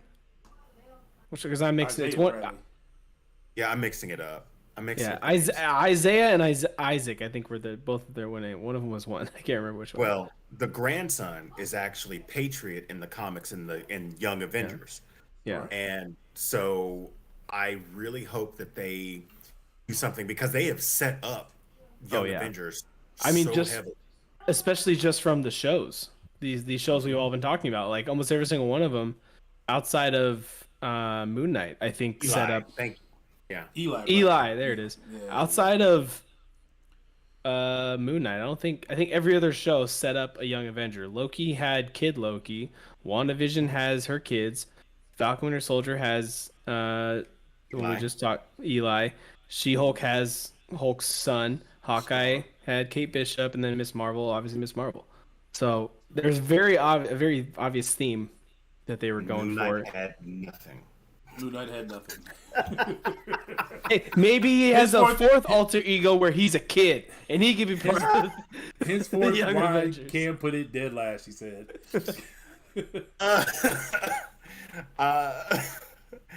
Look, people are gonna like what they want to like, and that's fine.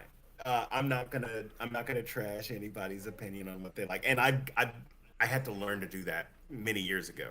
I think that if somebody wants to like Catwoman the movie, absolutely, you go right ahead.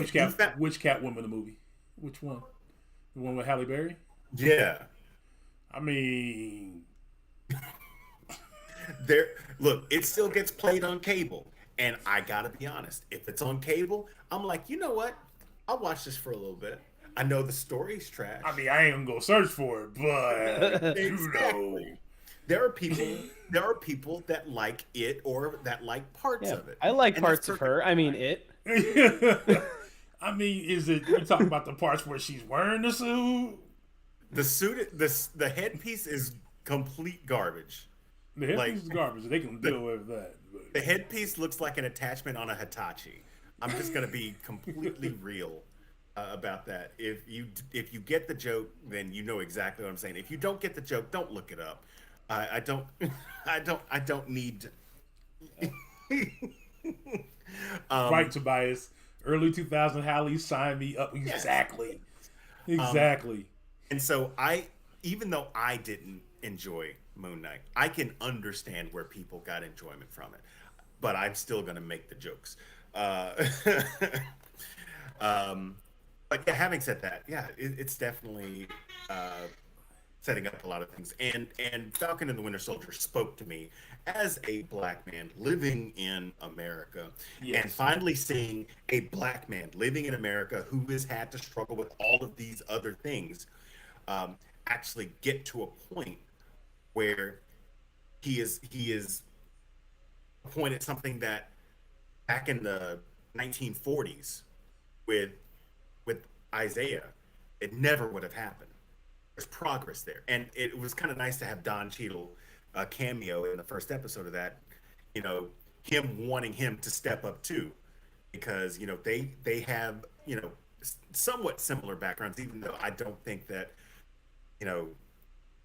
Don Cheadle, I don't think Rhodey has to deal with those same things. He's high level rank in the armed forces. Meanwhile, and even though Sam Wilson was in the armed forces, he wasn't as high of a level. But that's neither here nor there. I think it's great. Is this a review stream or a thirst stream? Yeah. Hey, Abdo, I don't come to your stream talking about, what you be drooling over. Don't come to me. Come to ours to talk about ours. So we can thirst if you want. What up, we can do both. We can do both. We can talk about Megan Thee Stallion. We could do a whole separate stream where we do our top 10. We can do a whole separate stream of all the top 10 females in the MCU. Although Ghost Dog, you may not be able to do that one. You're gonna get this man in trouble. Nah. Yeah, I was gonna say we're gonna get him in trouble if we do that one. Nah, we'll be all right over here. We'll be all right. All right, next week coming. Get your water ready. Get your water ready. We're gonna throw the thirst out there. All right. So that is the 8 shows of the Disney Plus series for the MCU of Phase 4. So there's that. And next we're going to be moving into the movies. So if you forgot, like I did, what movies were in Phase 4 and thought there were 9 because you forgot to put down 2 fingers from when you were counting something earlier. Black Widow, Shang-Chi, Eternals, No Way Home, Doctor Strange, Thor: Love and Thunder, and to be closed out by Black Panther: Wakanda Forever. Ned's grandma in No Way Home. Amadeus, please stop. Oh man, it's a great call though. I mean, not gonna lie, she really got me going in that moment. Oh boy. Oh boy. My God. All right, so we have 7 here. So we'll start with number. You guys want to go from first to last, or last to first? No, we're going last to first. Yeah, you gotta go last to first. Gotta build some suspense. Number 7. I'm laughing at these comments. Hey, but these comments are they're fire. Everything, man. She can bake my bread any day. Break my bread any day. Good Lord, Amadeus.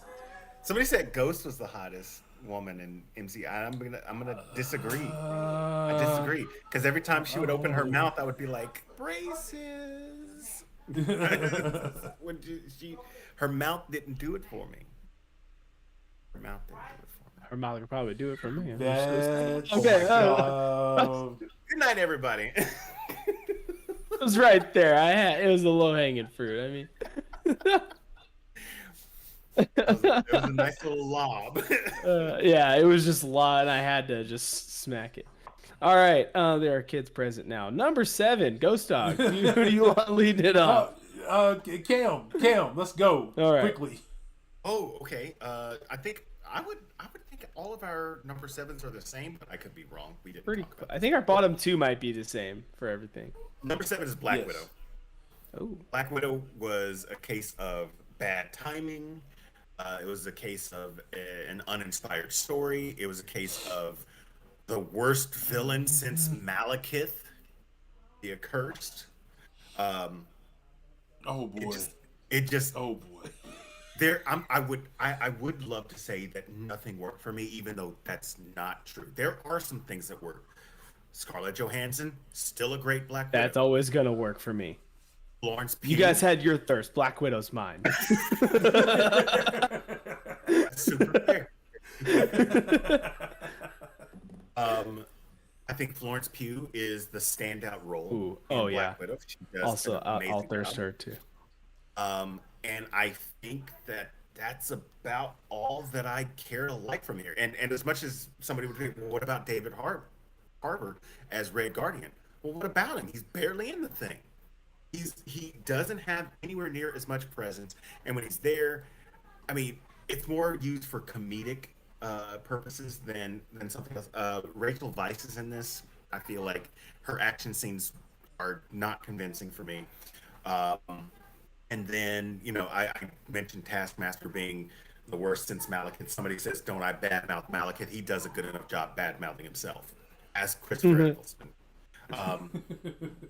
Yeah, and Black Widow.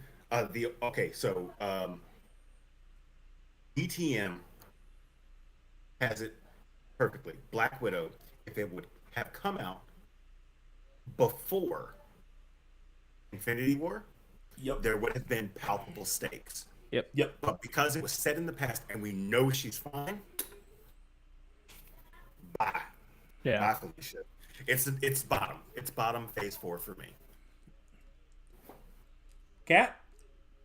I was very close on that one. Mine for me was Eternals though. While it was cool, we added a brand new group, and it was a very high stakes movie, of course. It just felt like, if the stakes were this high, there would have been more heroes involved, you would feel like. But also, it just felt there was too much to get through in this movie.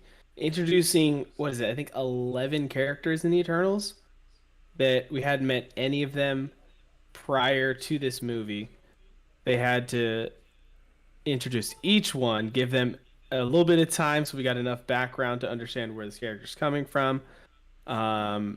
It just felt like there was just too much to get through, and the final battle was, parts of it visually were really cool, but it left us with this giant Eternal in the ocean, and I don't know, it's just kind of like how that's just a thing now, I guess, and it hasn't really been addressed in anything else. I think there was one other show or movie that it was kind of, it was like was it in They talked about the man coming out of the ocean. yeah, there's a man come, was it in She-Hulk? Movies. Was it like on one of the news things or something? I don't remember what it was. There was some No. movie that talked about it.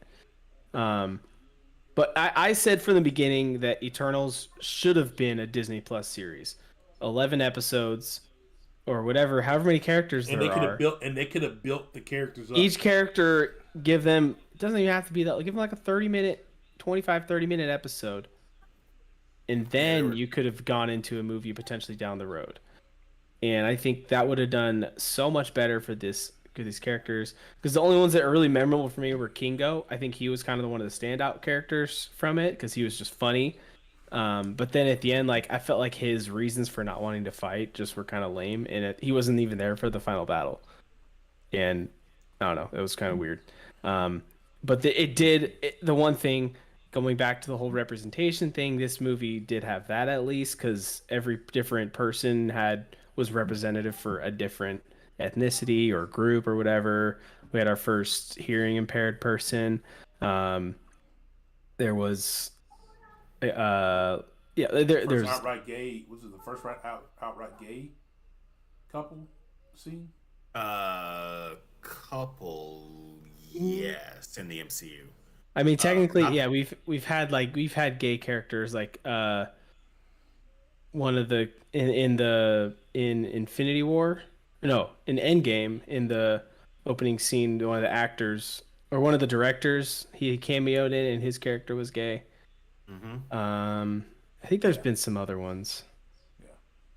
But yeah, so there was just a lot of representation in Eternals, which is what I feel like is one of the things they really wanted to go for, which cool, that's great, but they really lacked in a lot of the storytelling and the plot for the movie for me.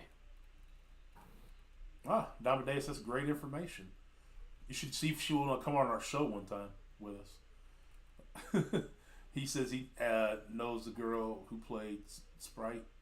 Oh, that was like the younger girl, right? Yeah, the younger Mm-hmm. girl. Nice. Her family decently well. But 7A, 7B, you pick and choose because they're both at the bottom. Yeah, like Black Widow was a very Eternals close. and Black Widow. That there's just you can pick which one you want to make my last and which one you want to make next. But 7A, 7B, Black Widow, Eternals. Black Widow was too late. Yep. One, I did again. Her sister being introduced, Yelena, loved her. That's what really felt like that was the point of the movie, was to introduce his Yeah. sister so that moving forward we're gonna have a Black Widow. Yeah, But type yeah, character. so Eternals, so long, so drawn out, so boring. Just to come to find out that skinny Hyperion or crazy Superman guy, Icarus, was killing the others. yeah, Or trying to kill the others, trying to make sure that seriously have mercy nowadays. Really, I mean, I did like her too. She was. yeah. But just overall, the movies were both shows were. It did give us our first MCU sex scene, I think, too. So there's that. Yeah, it did. I definitely could have done without both of those and been perfectly fine moving on. Because when's the next time we've heard about the Eternals? We haven't. Yeah. Black Knight, who knows what's gonna I feel like his character didn't even get much at all. No. It could have been. It could have easily been a TV show. Yeah, it's like his character didn't even need to be in it, really. But yeah, TV show would have been much better for that. Yeah, TV show would have been way better for it. Cam, did you have Eternals at 6? I did not. Oh, okay. So then. I know you had Eternals at 6. So I had Eternals 7, and Black Widow was my 6. So Yeah, Black Widow I don't really 6, need to talk about those then. There we And go. so we were Cam? the same there. So Cam, what's your 6? My 6 is Thor: Love and Thunder. Ooh. Yeah. My 6 is Thor: Love and Thunder. Ooh. Yeah, you know what? That's a hot take.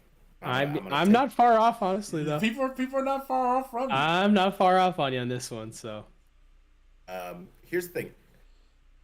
There is one thing that is amazing in this movie, and that is Christian Bale as Gore the God Butcher. Yes, we just needed more. Christian Bale came into this role and knocked it out of the park, like completely without fail. And everything else feels like it's in the shadow of of his character and the portrayal. And as you said, there wasn't enough. We could have used more. Yes, I understood that they set up his motivations and everything at the beginning. But I feel like there were a lot of things that didn't work. I feel like Thor didn't work. I feel like him talking to Stormbreaker didn't work. I feel like there was way too much screaming goats. I feel like I was perfectly fine with Valkyrie. I mean, I could always use more Valkyrie. That's just This is definitely a thirst stream. Let's keep the stream going. Keep the thirst going, baby. Let me retitle this stream. And I mean, Can I we're keep keeping about the Jane thirst? yet. I mean, hey, well, I'm gonna talk about Tessa Thompson in a positive light. I don't care what movie she's in. Okay, Tessa Thompson she's on the list. I mean, she's coming up in Creed 3, right? Hmm? Creed 3? Creed. Creed? Oh yeah, Creed 3. Yeah. Yeah. I'm gonna watch it. I'm gonna watch it. I'm gonna watch it. You better watch Girl, Michael B. Jordan. I ain't gonna do Jack. But I'm imagining. I think that Jane as the new Thor was okay. Except for the fact that, and spoiler alert, they kill her off at the end. So why go through all of that to where she actually has more to do as a character, and then you immediately get rid of. This was a perfect opportunity for them to kind of like say, Chris, thank you for all of the years that you put in. We've got a new Thor. And given Natalie Portman, giving us a new Thor. And that's what has happened in the comics. That I think that would have been fine. But for them to say, "Hey, here's Thor. Oh, by the way, we're gonna kill her," and I It could have been understand. simply the fact that, obviously there was problems with her returning in the past, and maybe she didn't want to fully come back. Maybe she just wanted to do the one movie and be done. Yeah, I don't know, and be done. but Maybe so, could be the but from case. a story standpoint, I find it a little weak sauce. And I still enjoyed watching it in the movie theaters for the most part. There are some very cool scenes, but cool scenes does not a good movie make. I did enjoy it when I watched it, and I think, to be honest, that's part of the reason why I haven't been doing reviews, because my reviews feel like they are hit or miss. Like, I'm very generous with the movies that I want to like, and then I'll go back to them later and say, you know what, it was nowhere near as good as I said it was, you know, X amount of time ago. Um, You know what? Somebody else said that on New Rockstars. It's like at the moment you seen it, and a few days after, you probably felt one way about it. Then you feel very different about it a few weeks, few months later, mhm. just because you've had time to digest things. Yeah. So, I wish that it was better. Thor is not my favorite character at all. Um, but I want the movie to be enjoyable so that I could not feel guilty watching Tessa Thompson again. Um, but yeah, Thor: Love and Thunder lands at number 6 for me. Real quick, I had a couple different things in here I want to read real quick. Agree that shouldn't have. She shouldn't have died. They should have drawn her out. Uh, Abdo says Taki crapped on the movie in the interview, and it showed. If he's checked out enough to clown on his own uh, movie, no wonder he didn't. He did. It didn't come out better. The goat thing. The goat thing was funny initially, and then it got annoying. Hmm. Hmm. Um, Tobias says he didn't like the broken Mjolnir hammer. I thought that was actually pretty solid. And yes, Hemsworth did recently crap on Watiki for the way he's been writing. He said that if he comes back to play Thor again, that role needs to be rewritten. So, so Hmm.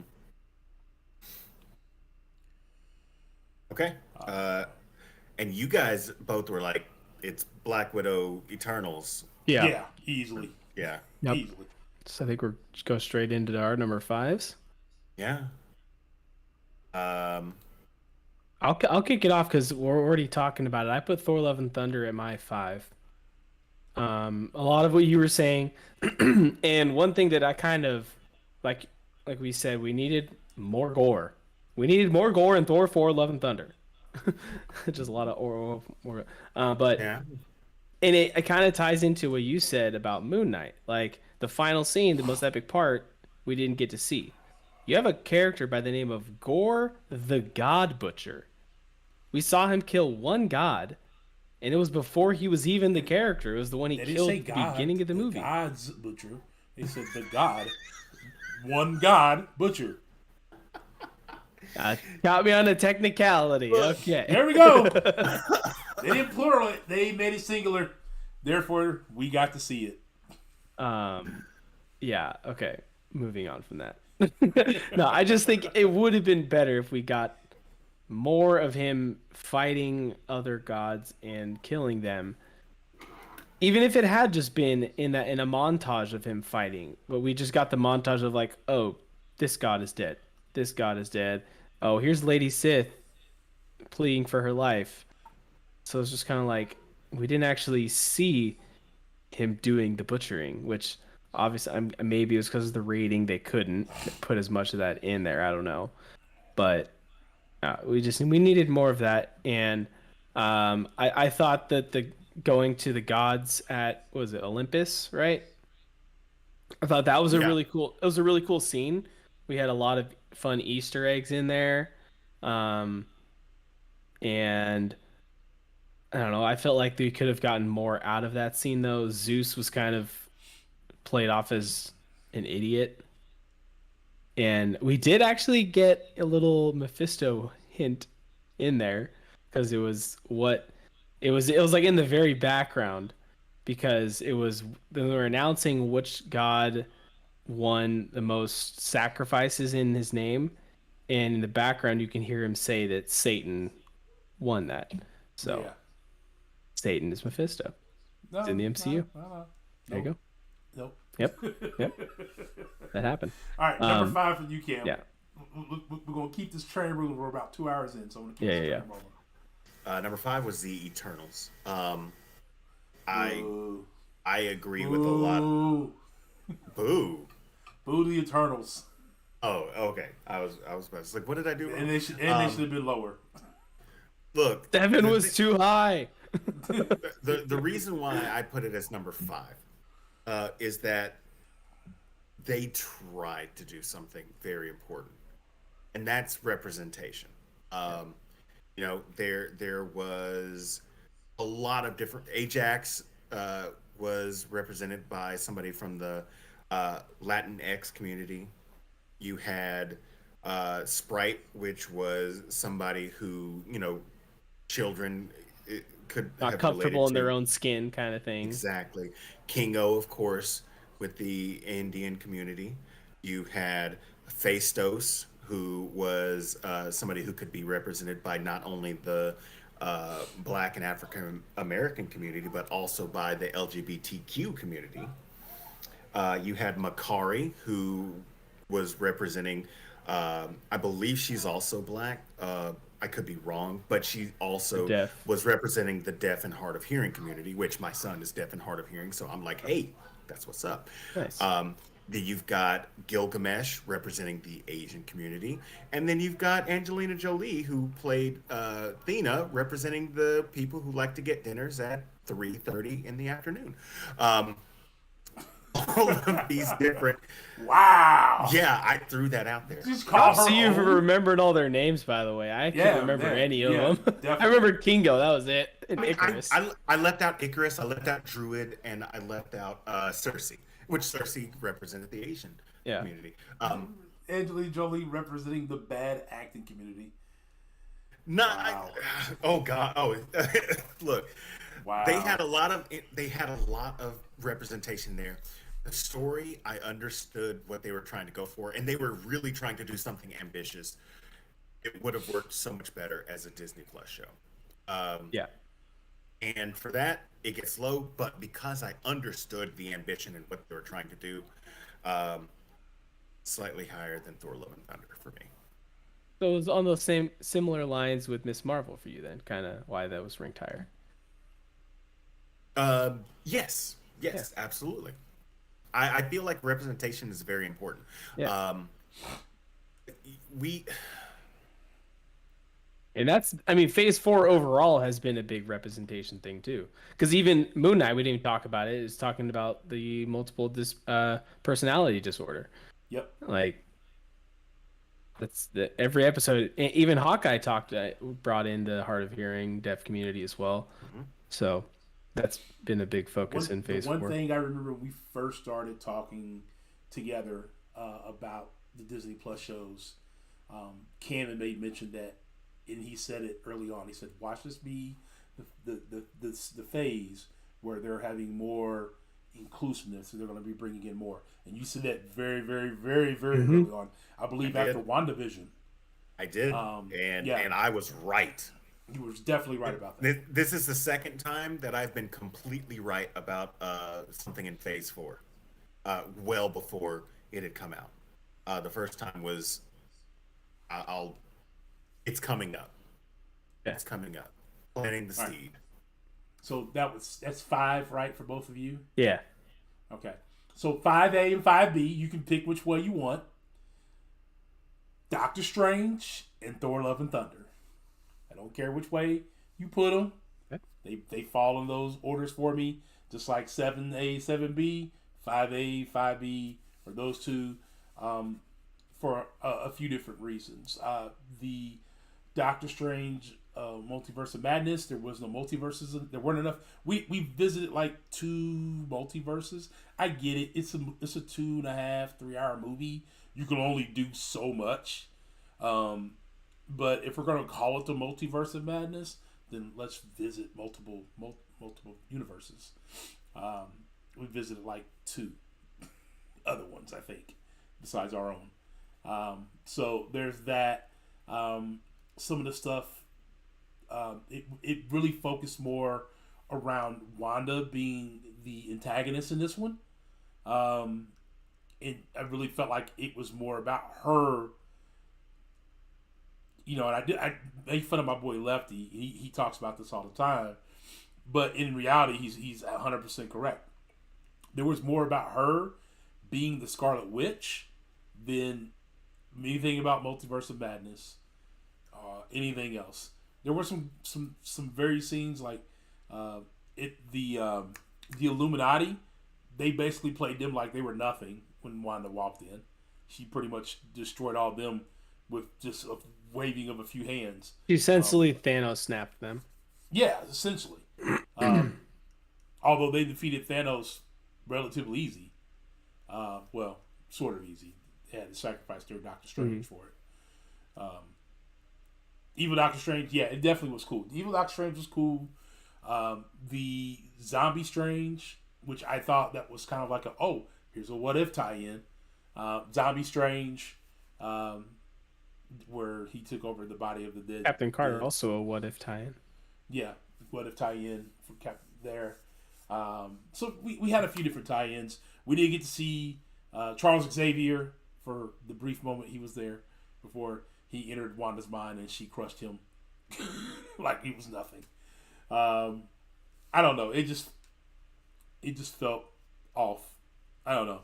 And then for the Thor: Love and Thunder, I enjoyed the movie for what it was. It's a movie. It's for entertainment.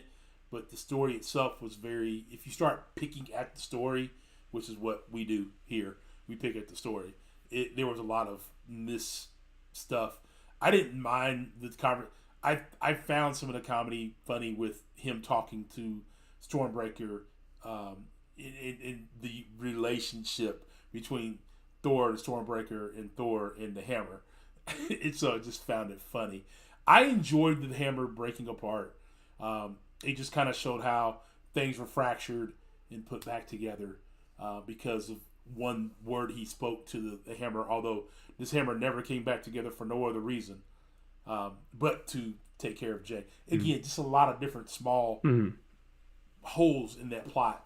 Why did it take Jane to come back to do this? Why didn't it do this with Thor? And there's that. Just all together, those two right in the same plane for me. I enjoyed the comedy in both. I enjoyed some of the story stuff in both, but overall, it just were like, here are these movies we said we're going to give you, and that's what it kind of felt like. One thing I just remembered from Thor: Love and Thunder, they made Korg a gay character, right? And then his... actually, yes, they don't have genders. That's what it is. They don't have genders. Yeah, they don't have genders. But his significant other wasn't his name Dwayne, and he was a rock. Yeah. So it's a reference to Dwayne the Rock Johnson. That was kind of funny. Yeah, pretty funny. So, all right. So that's my 4 or 5 and 4. So, Cam, number 4. Multiverse of Madness. You echoed a lot of things here.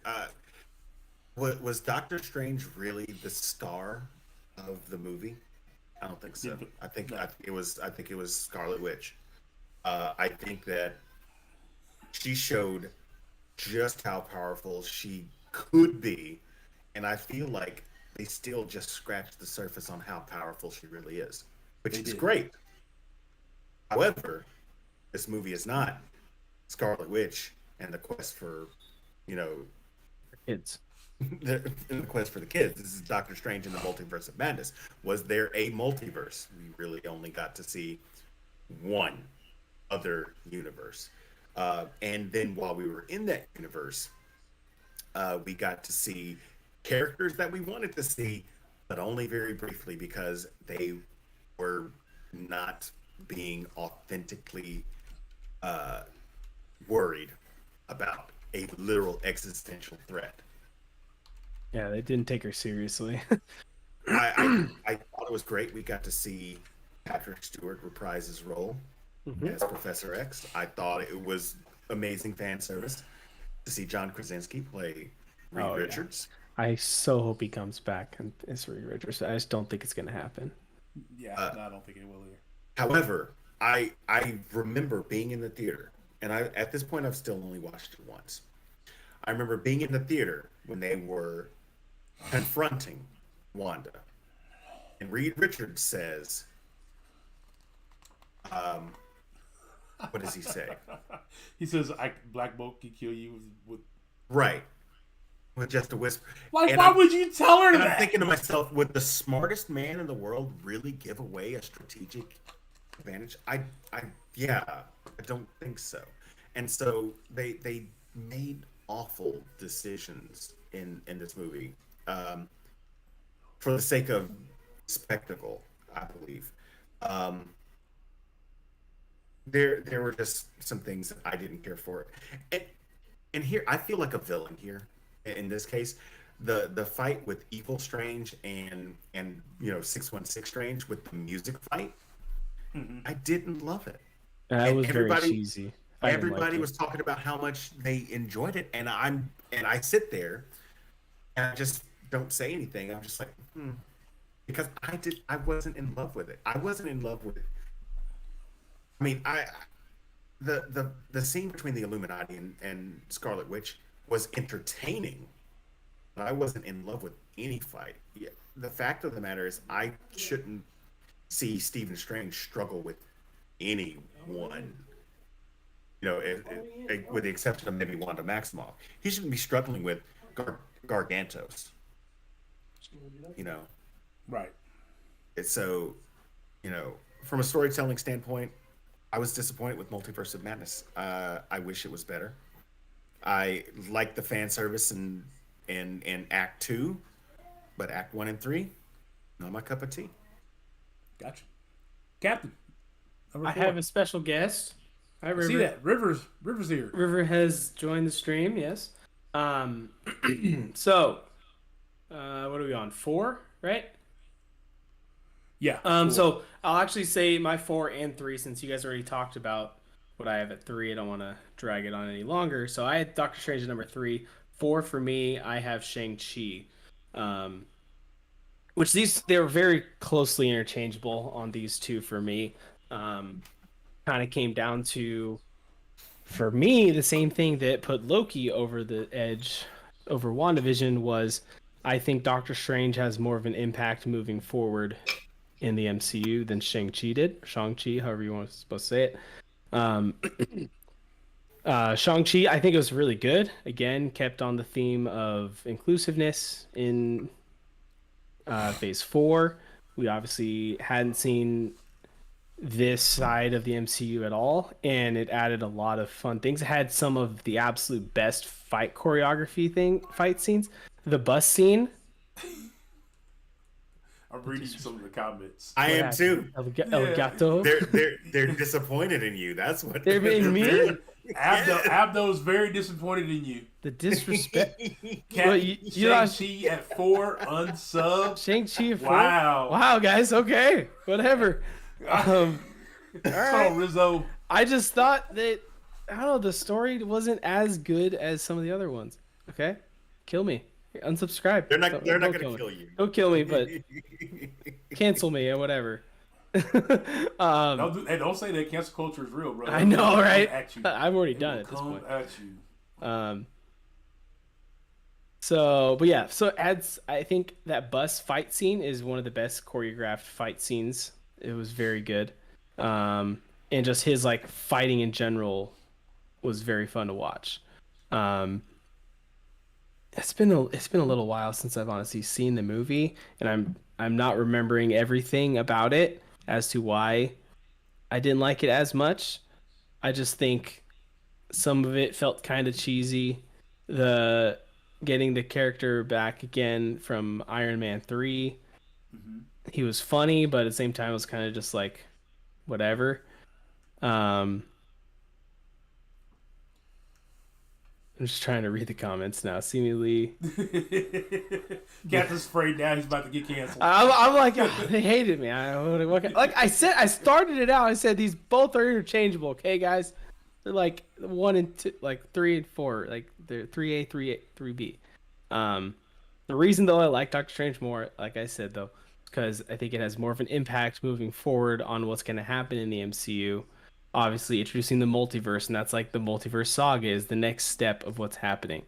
So without that movie, it does not an easy transition into all of that. It was a nice bridge of that. America Chavez character was kind of of course, but I thought the Illuminati introduction was amazing. I really liked them, even though the way they all died was stupid. But that initial scene when they first came in was just epic. Getting to see them, Wanda as the villain, excuse me, sorry, was a nice twist. Even though I think a lot of us saw it coming. Um, so yeah, I'll stop talking before the chat can't keep roasting me. I don't want to read them. They're over here killing you. Look, Tobias said, I'm not going to unsubscribe, but I'm going to write a meanly written letter to the manager. River's the manager, and she doesn't know how to read, so sorry. All right, Captain, I'm going to help you out here. Number 3 for you? Yeah, I'm going to help you out. I'm going to give them somebody else to hate on. My number 3 is Black Panther: Wakanda Forever. Oh. Wow. I thought we all were going to have the same topic. And we lost Cam.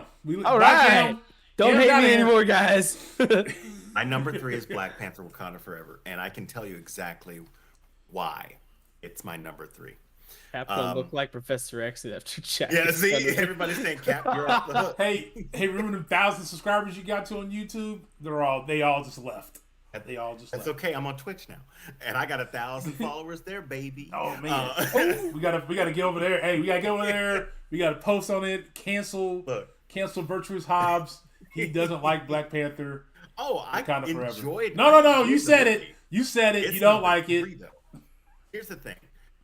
This movie has a lot of Wakanda Forever, but hardly any Black Panther. Yeah. Shouldn't have been named Black Panther. Panther fight scenes are weak. Very. There are other fight scenes that are great, but the Black Panther fight scenes are lackluster. This movie is great for talking about grief and talking about honoring those that come before you and going through the motions and showing people who you are as a person, either in a destructive way or in a constructive way.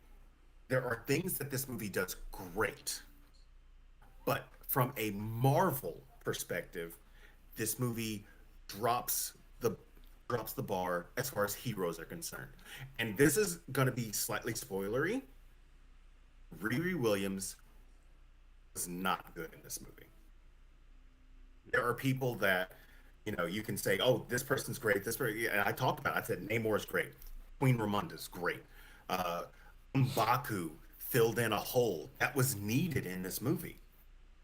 But I feel like Riri Williams was unnecessary, because who is Riri Williams? She is a incredibly gifted young Black woman who is smart and can build anything. And why is she needed when Shuri's in this movie?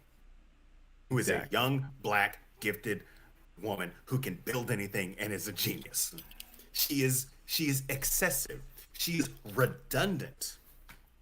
And so, I loved a lot of things in this movie, but I didn't like the Black Panther aspect. I'm not even talking about the recast T'Challa, thing or anything like that. I'm not even going there. I'm just talking about Shuri becoming the Black Panther literally only in Act 3. I understand that they were building up to it. It does not break top 2. And you can come for me.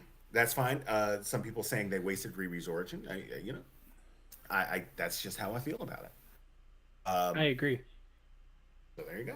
I said it earlier that she was not an important addition to the movie. She didn't need to be in it. They could have introduced her and moved on from her. The only reason they introduced her was because she was the one that created the device. The machine, yeah. But they easily could have had another explanation for how the device was created. Like, she didn't need to be the one that created They it. could have kept that part in there, and they could have introduced her, and they could have moved on from her. True. They could have just introduced her at the college or whatever university, and then didn't have to bring her back with them. No.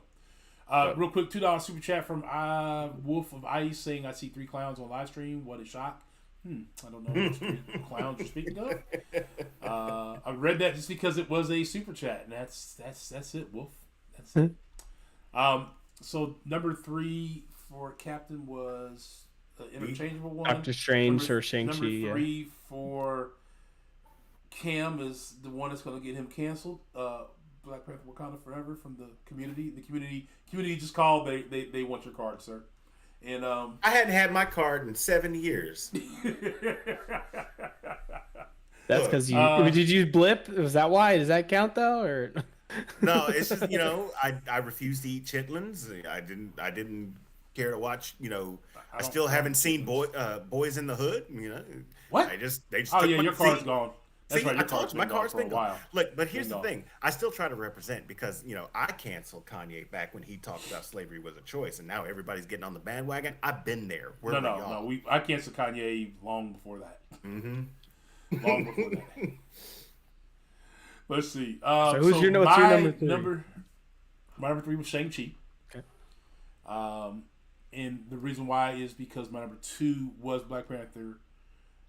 Even though it's Black Panther 2, it was more about Wakanda Forever, which I thought the name fit more of the story than the Black Panther title, for all the reasons Cam gave. As far as Shang-Chi, I loved it. I love the inclusion of using Asian actors to do Asian stuff. This was an Asian-based story, even to the point of where they talked about how these people chose to use my likeness or my thought process and gave it a name of a chicken dish. Like he made fun of them of that. Yeah. They made fun of themselves of that. Yeah, I'm with you, Tobias. I really don't eat chitlins either, so that part I was okay with. But the fact that you ain't watched Boys in the Hood, I have it on DVD for the specific. I might have to call you for your card. I have to call you. I'm glad they took your card. Now, we also got a $2 super chat saying, "I support you. Stay strong, brother." That's Chris Brown. I believe that is more for you, Cam, than myself, because he too thought that Wakanda Forever was pretty bad. I'm just being honest. I didn't think it was pretty bad. I just felt like it wasn't as good as the other 2 that are up on the top of the list. Yep. So, since I'm already there, let's talk about my number 2. Number 2 was Black Widow. Black Widow? What? Wow. Not Black Widow. Black Panther. Yeah. Wakanda Forever. Who is trying to get canceled faster? Man, Jesus. Black Widow number 2? All credibility gone. No, but Wakanda Forever, I loved. Okay, so just put it like this. What's up, Rizzo? I never see enough of our people on stream doing all the great things we can do. It's always great to see our people on stream who are being shown that they are intelligent and smart and can come together and do things like that. That being said, we got that in Black Panther 1. The Riri thing, I think Jason said it earlier. I don't know if he's still here or not. He said that it was the smartest hood chick he'd ever seen. Now, I know I grew up in the hood. I know a lot of smart girls from the hood. That part didn't bother me. The fact that she was too hardcore, that kind of bothered me. She's supposed to be this child prodigy who's also hardcore. Again, they could have introduced her and left her. She didn't have to be a part of this fight. This fight had nothing to do with her. They made her part of this fight because, quote unquote, the queen. Here, I'm trying not to spoil it, but the queen saved her. Yeah, we're gonna leave it at that. So I'm not spoiling it. But also just seemed weird too. It's like she created this suit and she'd flown around a little bit, but she never Yeah. mentioned anything about. This goes back to the same thing with Miss Marvel. Had she ever fought anybody though? How does she know how No. to like actually fight these? She's facing Namor one on one. Like Namor is arguably one of the most powerful beings we've ever been introduced to in the MCU, and this Riri chick who's putting on this brand new suit for the first time in actual combat is going hand in hand with him. Yeah, she went Like from what? she went from some ectoskeleton suit to this full fledged Yeah. Iron Man suit. And what? Yeah. Again, they could have done without all that. We could have not had that part in there. They could have saved her, stuck her somewhere safe, and wrote other parts to the story. I didn't think that needed her introduction was enough. We know her name was Riri. We all know who she's going to become. Mm-hmm. We didn't need anything more than that. And then the fact they didn't even let her keep her suit, she had to leave it there in Wakanda. Yeah. And it was this big, bulky Iron Man type suit. Like, I just that part there bothered me. It was The other what parts if that an bothered Iron me. Man suit and a Power Ranger suit had a baby. Yeah, yeah. A little bit. I See that. The other parts that bothered me about Wakanda Forever, as much as I love the movie, I didn't like the fact that we had to relive Chadwick Boseman's death. For those who haven't seen it, sorry, spoiler alert. I do like the fact that they decided not to do a CGI version of him. Mm-hmm. Thank you. I was pretty surprised to see who Shuri's seen in after she took the heart shaped urn in the astral plane. Who she's seen. And I wasn't excited about. I'm excited about the end of it, but not excited the fact that this family now has to grow up without their father being in the picture. I'm gonna leave it at that. People who've seen the movie know what I'm talking about, and the people who haven't seen it don't. So it won't be. You'll be like, oh, that's what he was talking about. So here's that. Yeah. Also, if we're talking about thirst, yeah, Lupta. This is a thirst stream, and I'm here for it. Yes, Oh, yeah. Although, yeah, Luke Brother plays is the Nakia. thirstiest. I follow her on all social media platforms. I find her on. And they showed the scene of her doing how she had to learn how to train. Yeah, to the do weights swim in the scene. pool. The weights in the pool. Yes. But I wasn't looking at the weights. If you know what I mean. I wasn't looking at the weight. Not those weights. I feel like I need to look something up here. Not those weights. I haven't seen this. So that takes us to number 2 for you, Captain. Black Panther: Wakanda Forever was also number 2 for me. Yeah, same kind of things we've already mentioned to it. I think Namor was a great villain, and I'm excited for what's going to happen moving forward with him. Just don't want to try not to spoil, I guess. I did like Shuri, but yeah, the whole Black Panther thing, she wasn't really. An ugly looking Mega Man suit. Thanos, you ain't never said a lie, bro. That suit was horrendous. Thanos was right, guys. Everyone knew. Oh, that's good. That's good. I think Okoye, Cam, you were talking earlier about the best fight scenes weren't from the Black Panther. I think the Okoye fight against what's the guy's and Atuma. Atuma. If that fight scene would have been T'Challa versus Namor, it would have been. Yeah. I perfectly know that in the storyline that Shuri at some point becomes a Black Panther. Yeah. That fight scene was designed for T'Challa. That's fight Namor. it's kind of so when we did our brief breakdown of the movie at the beginning. If anyone was here, you remember I said then that this movie was clearly designed to be mirroring T'Challa versus Namor's characters, and having them have conflict, and that conflict tied in with their backgrounds would have been a lot more compelling. The fight scenes would have been better, but obviously we weren't able to have that. The fight, yeah. Akukukan. How do you say it in the movie? Akukukan. Good. So yeah, I think it was an easy number 2 for me, behind what's going to be number 1 for all of us, it seems, which I think was a no-brainer. But yeah, Oh, no, it was the we haven't one I heard Cam's enjoyed the number two most yet. from all the other movies. We haven't heard Cam's number 2 yet. Cam. Oh, that's right. My I number guess. 2 was Shang-Chi and the Legend of the Ten Rings. That was a close one, guys. Yeah. Did I leave you in suspense? You did. The way these lists have been going, I had no idea.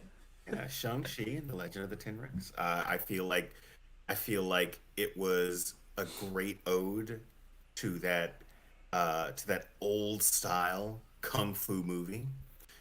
Seeing some of the best fights, choreographed fights in the entirety of the MCU.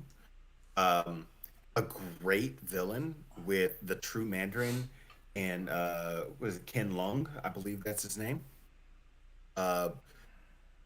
And even though you did kind of have a third act CGI fight with the two sides, it was a little fantastic. But the fact that they really embraced the Asian heritage and had this dragon come up, it's not something that you could do in a standard MCU movie and get away with. I thought that it was done gorgeously here. So, like I said, I'm not going to talk that much about it. There are flaws. I feel like what's her name, Aquafina's character shouldn't have been in the fight towards the end. Yeah. And I'm never going to be a fan of anything that Ben Kingsley's Trevor Slattery is in. Iron Man 3 left such a horrid taste in my mouth. I just want him to go away. But having said that's that, his name, Trevor. Yeah, Trevor. But having said that, yeah, Shang-Chi easily going to be, well, I say easily. He's going to be top 2. Between Shang-Chi and Wakanda Forever, it's close. But in thinking about it, I put Shang-Chi as number 2. And I said before we started the stream, I feel like we all have the same number 1s. Yeah. And I know now. Yeah. That is true. Have the same number 1. Yep. So real Black Widow. quick, Okoye thirst match level 3. Black Widow. Oh my goodness. So Tobias pointed out that she used the golden jaguar suit in Black Panther, which is the villain of Black Panther. I didn't know that. So that's anybody else have any comments on that? No. I think that, I mean, I will say this, and it has nothing to do with that comment. Don't you think it was great how the nation of Wakanda decided to go to the home turf of Talokan and fight them in their literal strongest area? In their strongest area. Yeah. When they literally just got bodied at home. At home. So yeah, the whole goal was, let's get Namor out of the water, dry him out, so he's not as powerful. So let's go fight him in the middle of the ocean. Yeah. That part was not the brightest idea. Number 3. The fact that they had a ship that they couldn't, the fact that they couldn't have a ship that could actually just fly out the water instead of hanging around as this big boat, which didn't make sense at all. The fact that they didn't have Wakanda tech already built up into all their fighters to not be pervious to the siren sounds. Like, what? What is going on? There were definitely some plot holes in the movie. But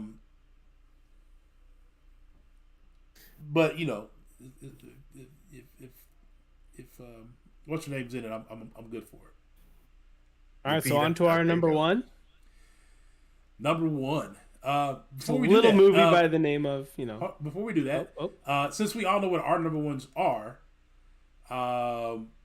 drop your guys' top the movies and the Disney Plus shows in the chat for us, and let's see if your lists are closer to our list, or whose list you're close to, because Cam's list is all over the place. Ladies and gentlemen, I'm just gonna say. I'll take it. I'll take it. But our everybody's number one movie for Phase 4, and if there would have been a couple things fixed in Wakanda Forever, it would have been number 2 for me. But obviously, No Way Home for everybody is little movie by the name of Spider-Man: No Way Home. Yeah, Spider-Man: No Way Home. I think there was a lot of great things in this movie that made it number 1. I know Chris Brown decided that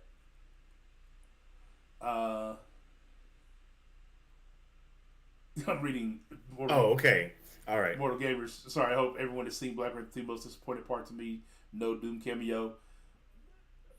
They kind of, I don't know. There probably was a hint. Let's see. So, yeah, put yours in the list. Your top from best to worst, worst to best, however you want to put it. And let's do that.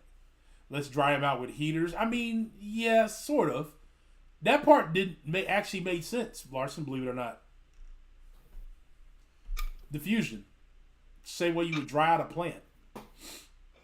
Once they figured out how his strength worked. But Captain, we'll start with you. No Way Home, number 1 for you. Why? It just it hit on pretty much everything. Like the way that they brought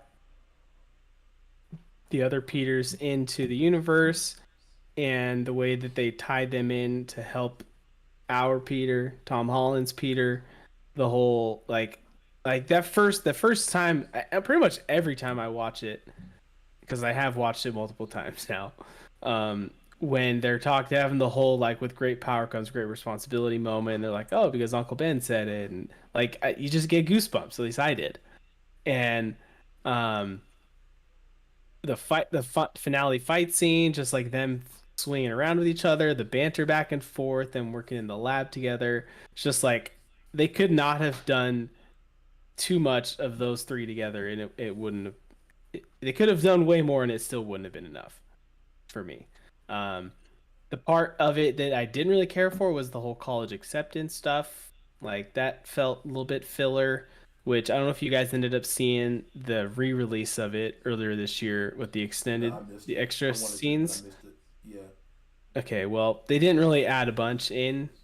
And what they did add, part of it was more of that first act of the movie that was kind of the slower parts of it.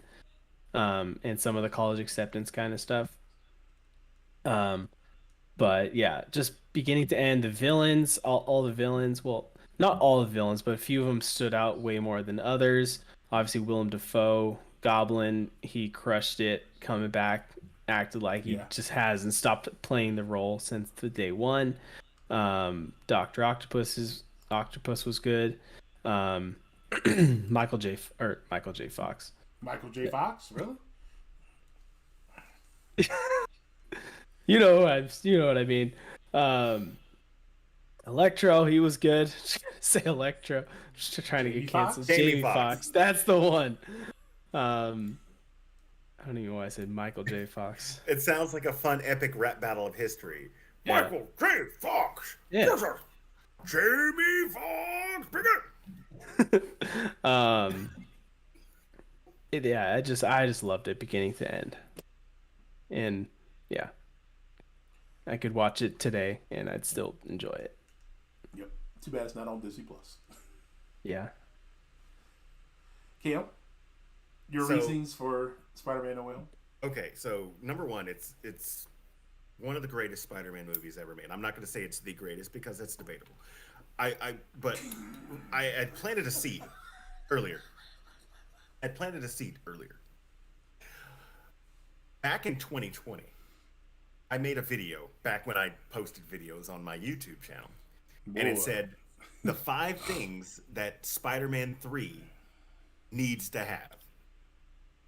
And this was well before we even knew it was called Spider-Man No Way Home. I said, number 1, it needs to have Spider-Man only in New York City. Because the previous ones, he was in Washington, D.C., and he was in Europe and London and whatever. I'm like, no, this is their friendly neighborhood. Spider-Man needs to be completely in New York the entire time. Check. Number 2. Except when he was in the with Doctor Strange in the fight, they go into the it was in New York. It's just in the Mirrorverse. Mirror realm. Number 2, one of the greatest castings of all time, J.K. Simmons as J. Jonah Jameson. We need Yes. J. Jonah Jameson in this movie. Check. Check. Number 3, we need a class S villain. And I know we've seen classic villains like with Mysterio and with the Vulture, but we need one of 3 villains in this: either the Green Goblin, Doctor Octopus, or Venom. And we got 2 of those prominently. Yeah, and the third one at the end. Yeah, the third one at the end. Yeah. I said we need to introduce another Spider-Man in this, and I said it would be awesome if they had, cameos with, Tobey Maguire and Andrew Garfield, but I don't think that's going to happen. It did happen. Jokes on us. Yeah, the fact that they were able to get them to come back, I think, was the biggest thing. And then the 5th thing that I said is that I wanted them to keep up the thing that didn't make Mary Jane just a damsel in distress. And for a moment she was in the movie, but that moment was one of the most powerful moments in the movie. And it wasn't just like MJ's in distress, but in this case it was like a redemption arc for Andrew Garfield. Andrew Garfield, Spider-Man. And I felt that moment. Like, oh yeah. With all the Tobey Maguire, Kirsten Dunst screaming, But this one, it just felt, you could feel it because of his past with Amazing Spider-Man #2. And this hit every cylinder without fail. Was it a perfect movie? No. Yes. Because there's some Sandman issues, there's some lizard issues there. Yeah. But for them to get the old Spider-Mans back, for them to get Willem Dafoe back, that's some neat trick. That spider sense. When he said that, goosebumps. It's just a chill. Yeah. Alfred Molina's Doc Ock. In my opinion, Dr. Octopus is the greatest Spider-Man villain because he is just a mirror image of Peter Parker and played brilliantly. Jamie Foxx's redemption as Electro. Michael J. Fox. I'm sorry, Michael J. Fox. You mean to tell me you made a DeLorean? Anyway, and then we get one of the most heartbreaking moments in the middle of the movie that is a finally perfect comic book-esque setup to the introduction, or not introduction, to the backstory of Spider-Man and the loss that is normally associated with him. I feel like it hit every single thing that it needed to. Not only was it one of the greatest Spider-Man movies out there, I think it's one of the greatest comic book movies. I think that it is a sign that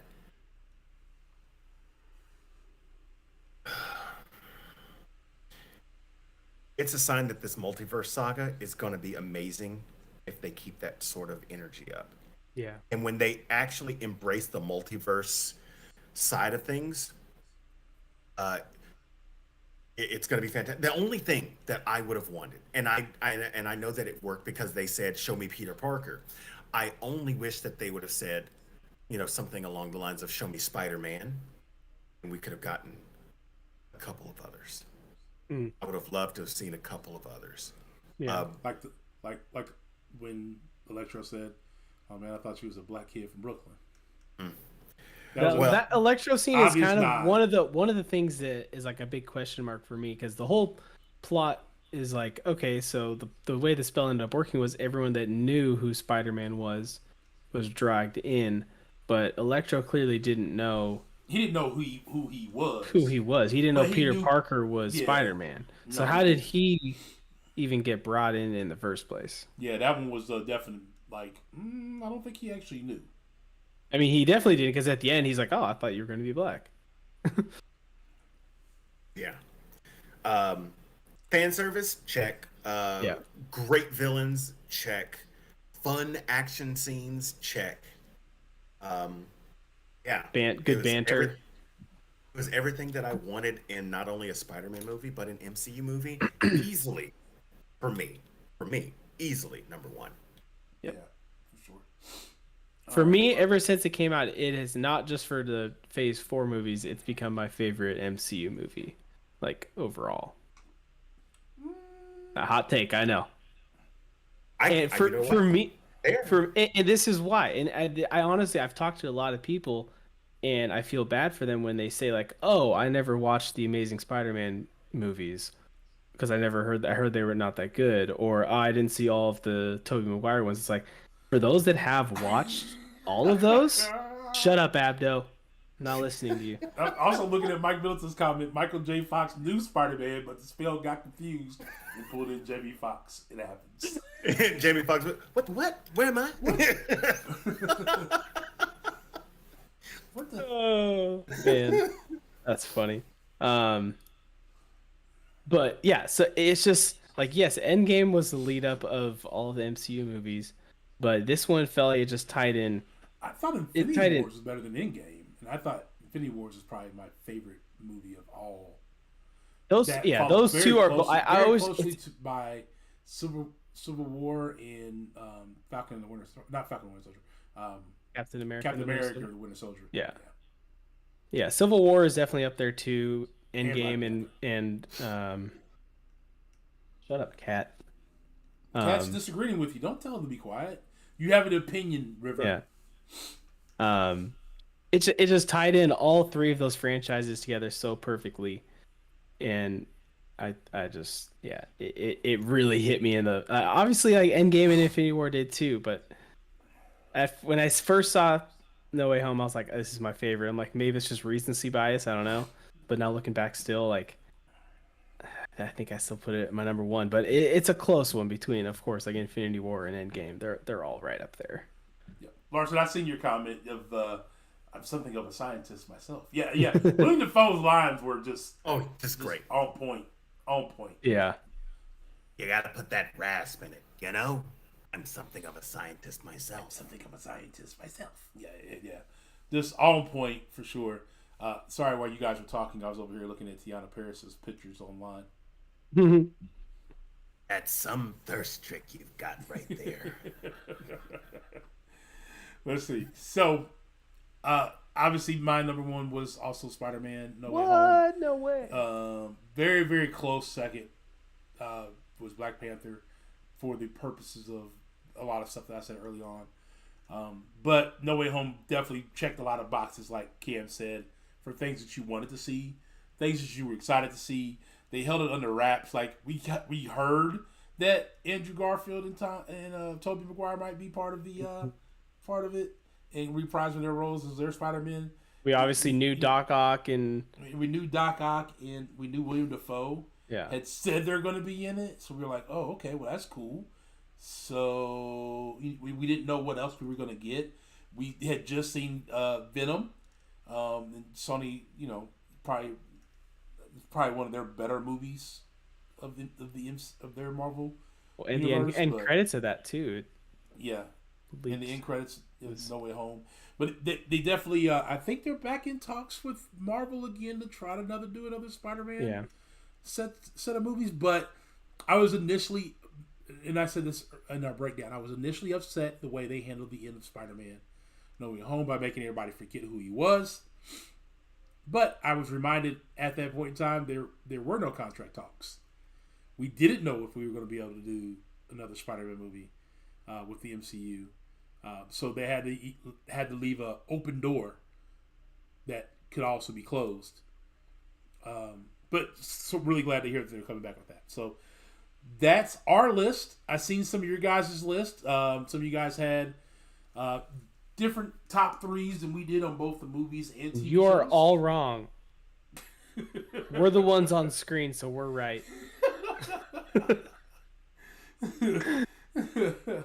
But I think that's going to be it. We're 2 hours and 40, almost 50 minutes in. We're coming up on 11 p.m. EST. I am starting to feel worn down as well.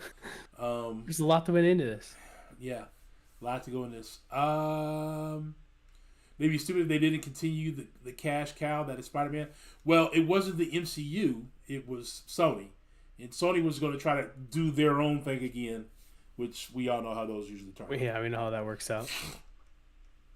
But yeah, that's going to be it. I'd like to thank Larson and Wolf of Ice for their donations today. Also like to thank Captain Bay and Cam for being on with me as per usual. Phase 5 is coming. We already had a discussion about Phase 5 before, so if you want to go look at what our thoughts on Phase 5 were, go look at our last video that we did of this like 3 months ago. I think is what it was. 2.5 months ago. I think it was right after. Was it right after Thor: Love and Thunder, or right before Thor: Love and Thunder? The last time we did one of these shows. It was definitely after Miss Marvel. It was after. I want to say it was after Thor: Love and Thunder. Yeah, so after Miss Marvel and Thor: Love and Thunder, when those shows dropped, we have a Phase 5 talk that we did. I think we kind of touched bases like we did today. We kind of touched bases on the movie and the show, and we kind of talked more about Phase 5, the announcement thing's going to be this. But I'm very much looking forward to Kang as being the antagonist in this I think that Phase 5 is going to see the end of some hero wins, and I think that Ant-Man and the Wasp: Quantumania will set off that vibe. Yeah. Ant-Man and the Wasp is that the first one of Phase 5? Yes, the first one of Phase 5. Yeah, that's what I thought.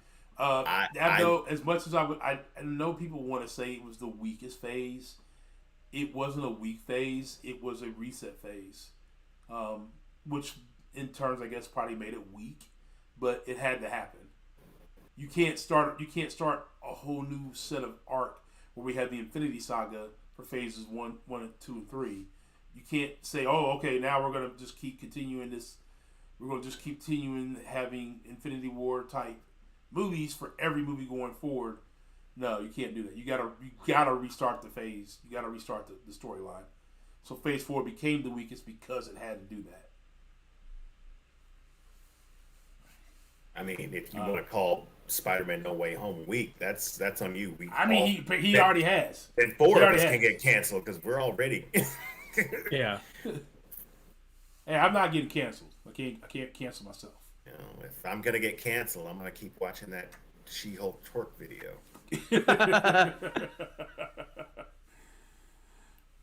You're the one that made that video that's on loop on YouTube. Yeah, I didn't do it. I just got it to 1 million views. Okay.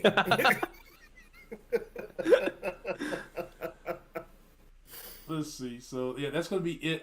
Captain, you got anything going on this week? Yeah, I'll actually just say no. Just say no. I'm doing a incursion stream tomorrow night with Abdo, Intoxicated Gamer. Incursion. Yeah, we're breaking it out tomorrow night, I believe. And who knows? This conversation may get continued on to tomorrow. He's been in the chat hanging out tonight with a little input on his end, but maybe we'll dive in a little bit more tomorrow and see what he has to say about everything. So if you guys want to continue the Marvel talk and watch some MCOC scrubs grind their way through incursions tomorrow night, is this a Room 25 push? Maybe, I don't know. We didn't actually talk about that. Uh-oh. I don't know how far we're planning to push. Obviously, that's I think Awakening Gym. Room 25 would be great, but rank 4 mats and all that fun stuff. We'll see what happens. I think the furthest we've gotten so far was 10 or 11 or something last time we tried, which was the only time we've tried. So are you doing the indoor stream with Abdo? We had talked about he had mentioned that as well, that potentially next week we might do an Andor stream. So if you're a Star Wars fan, we may do an Andor breakdown because we watched that. And I struggled with Andor. Really? Oh, yeah. I loved it. I thought it was very good. I thought it was really slow. I mean, it was. I could see that. You know, there's not a lot of action. It's a lot more dialogue in this series. But I don't know. I felt like it added a lot of lore to the Andor character. and I was interested in where they'd ended off, if it would tie right into the movie or if they're planning for multiple seasons. Um, but I thought it was really good. I know Abdo saying it was his favorite show of the year so far, so I know he's really high on See, it. that lets me know that Abdo has no credibility. No, I liked it. So, but yeah, that's all I've got. Other than that, I actually have a job interview promotion tomorrow, so that's exciting. Nice. Might be Good moving to luck an on that. outside sales person, so who knows? Maybe even less on the YouTubes than I already have been, but we'll There we see. go. There we go. Cam, what you got? I know you got 100 games by the end of the year. So That's true. We're gonna.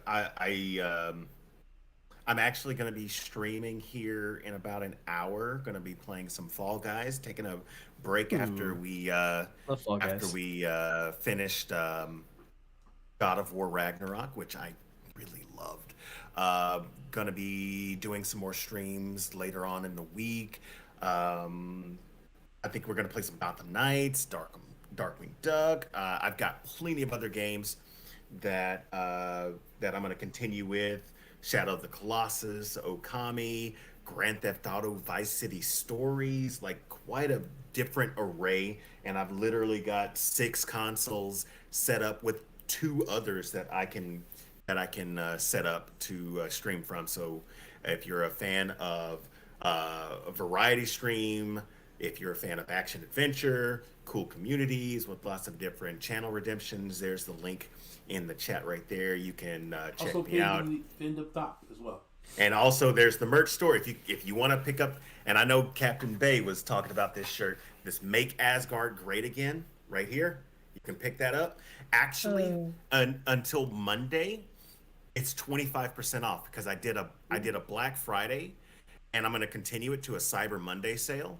So as of right now, those shirts, all shirts and all my hats are 25% off. So you can pick up the shirts for $15. On Tuesday, they go back up in price to 20. So, What kind of uh, material are we working with? Are they 100% cotton? What are we looking at? I'm not sure. I think they're a blend.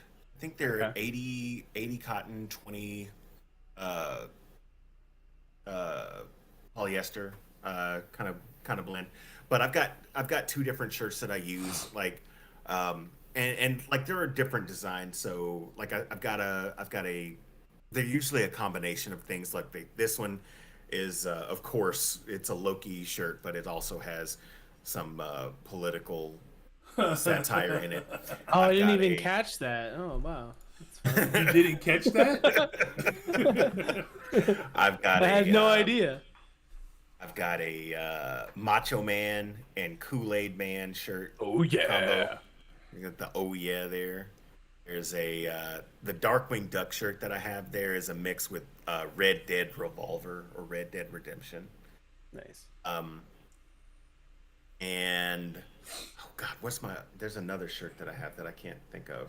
I've got one that's coming out, but I'm not. I kind of want to do some changes to it because it's a combination of uh, the Count from Sesame Street and Batman the Animated Series, and I just want to tweak the design a bit. But I'm really liking how it's coming out.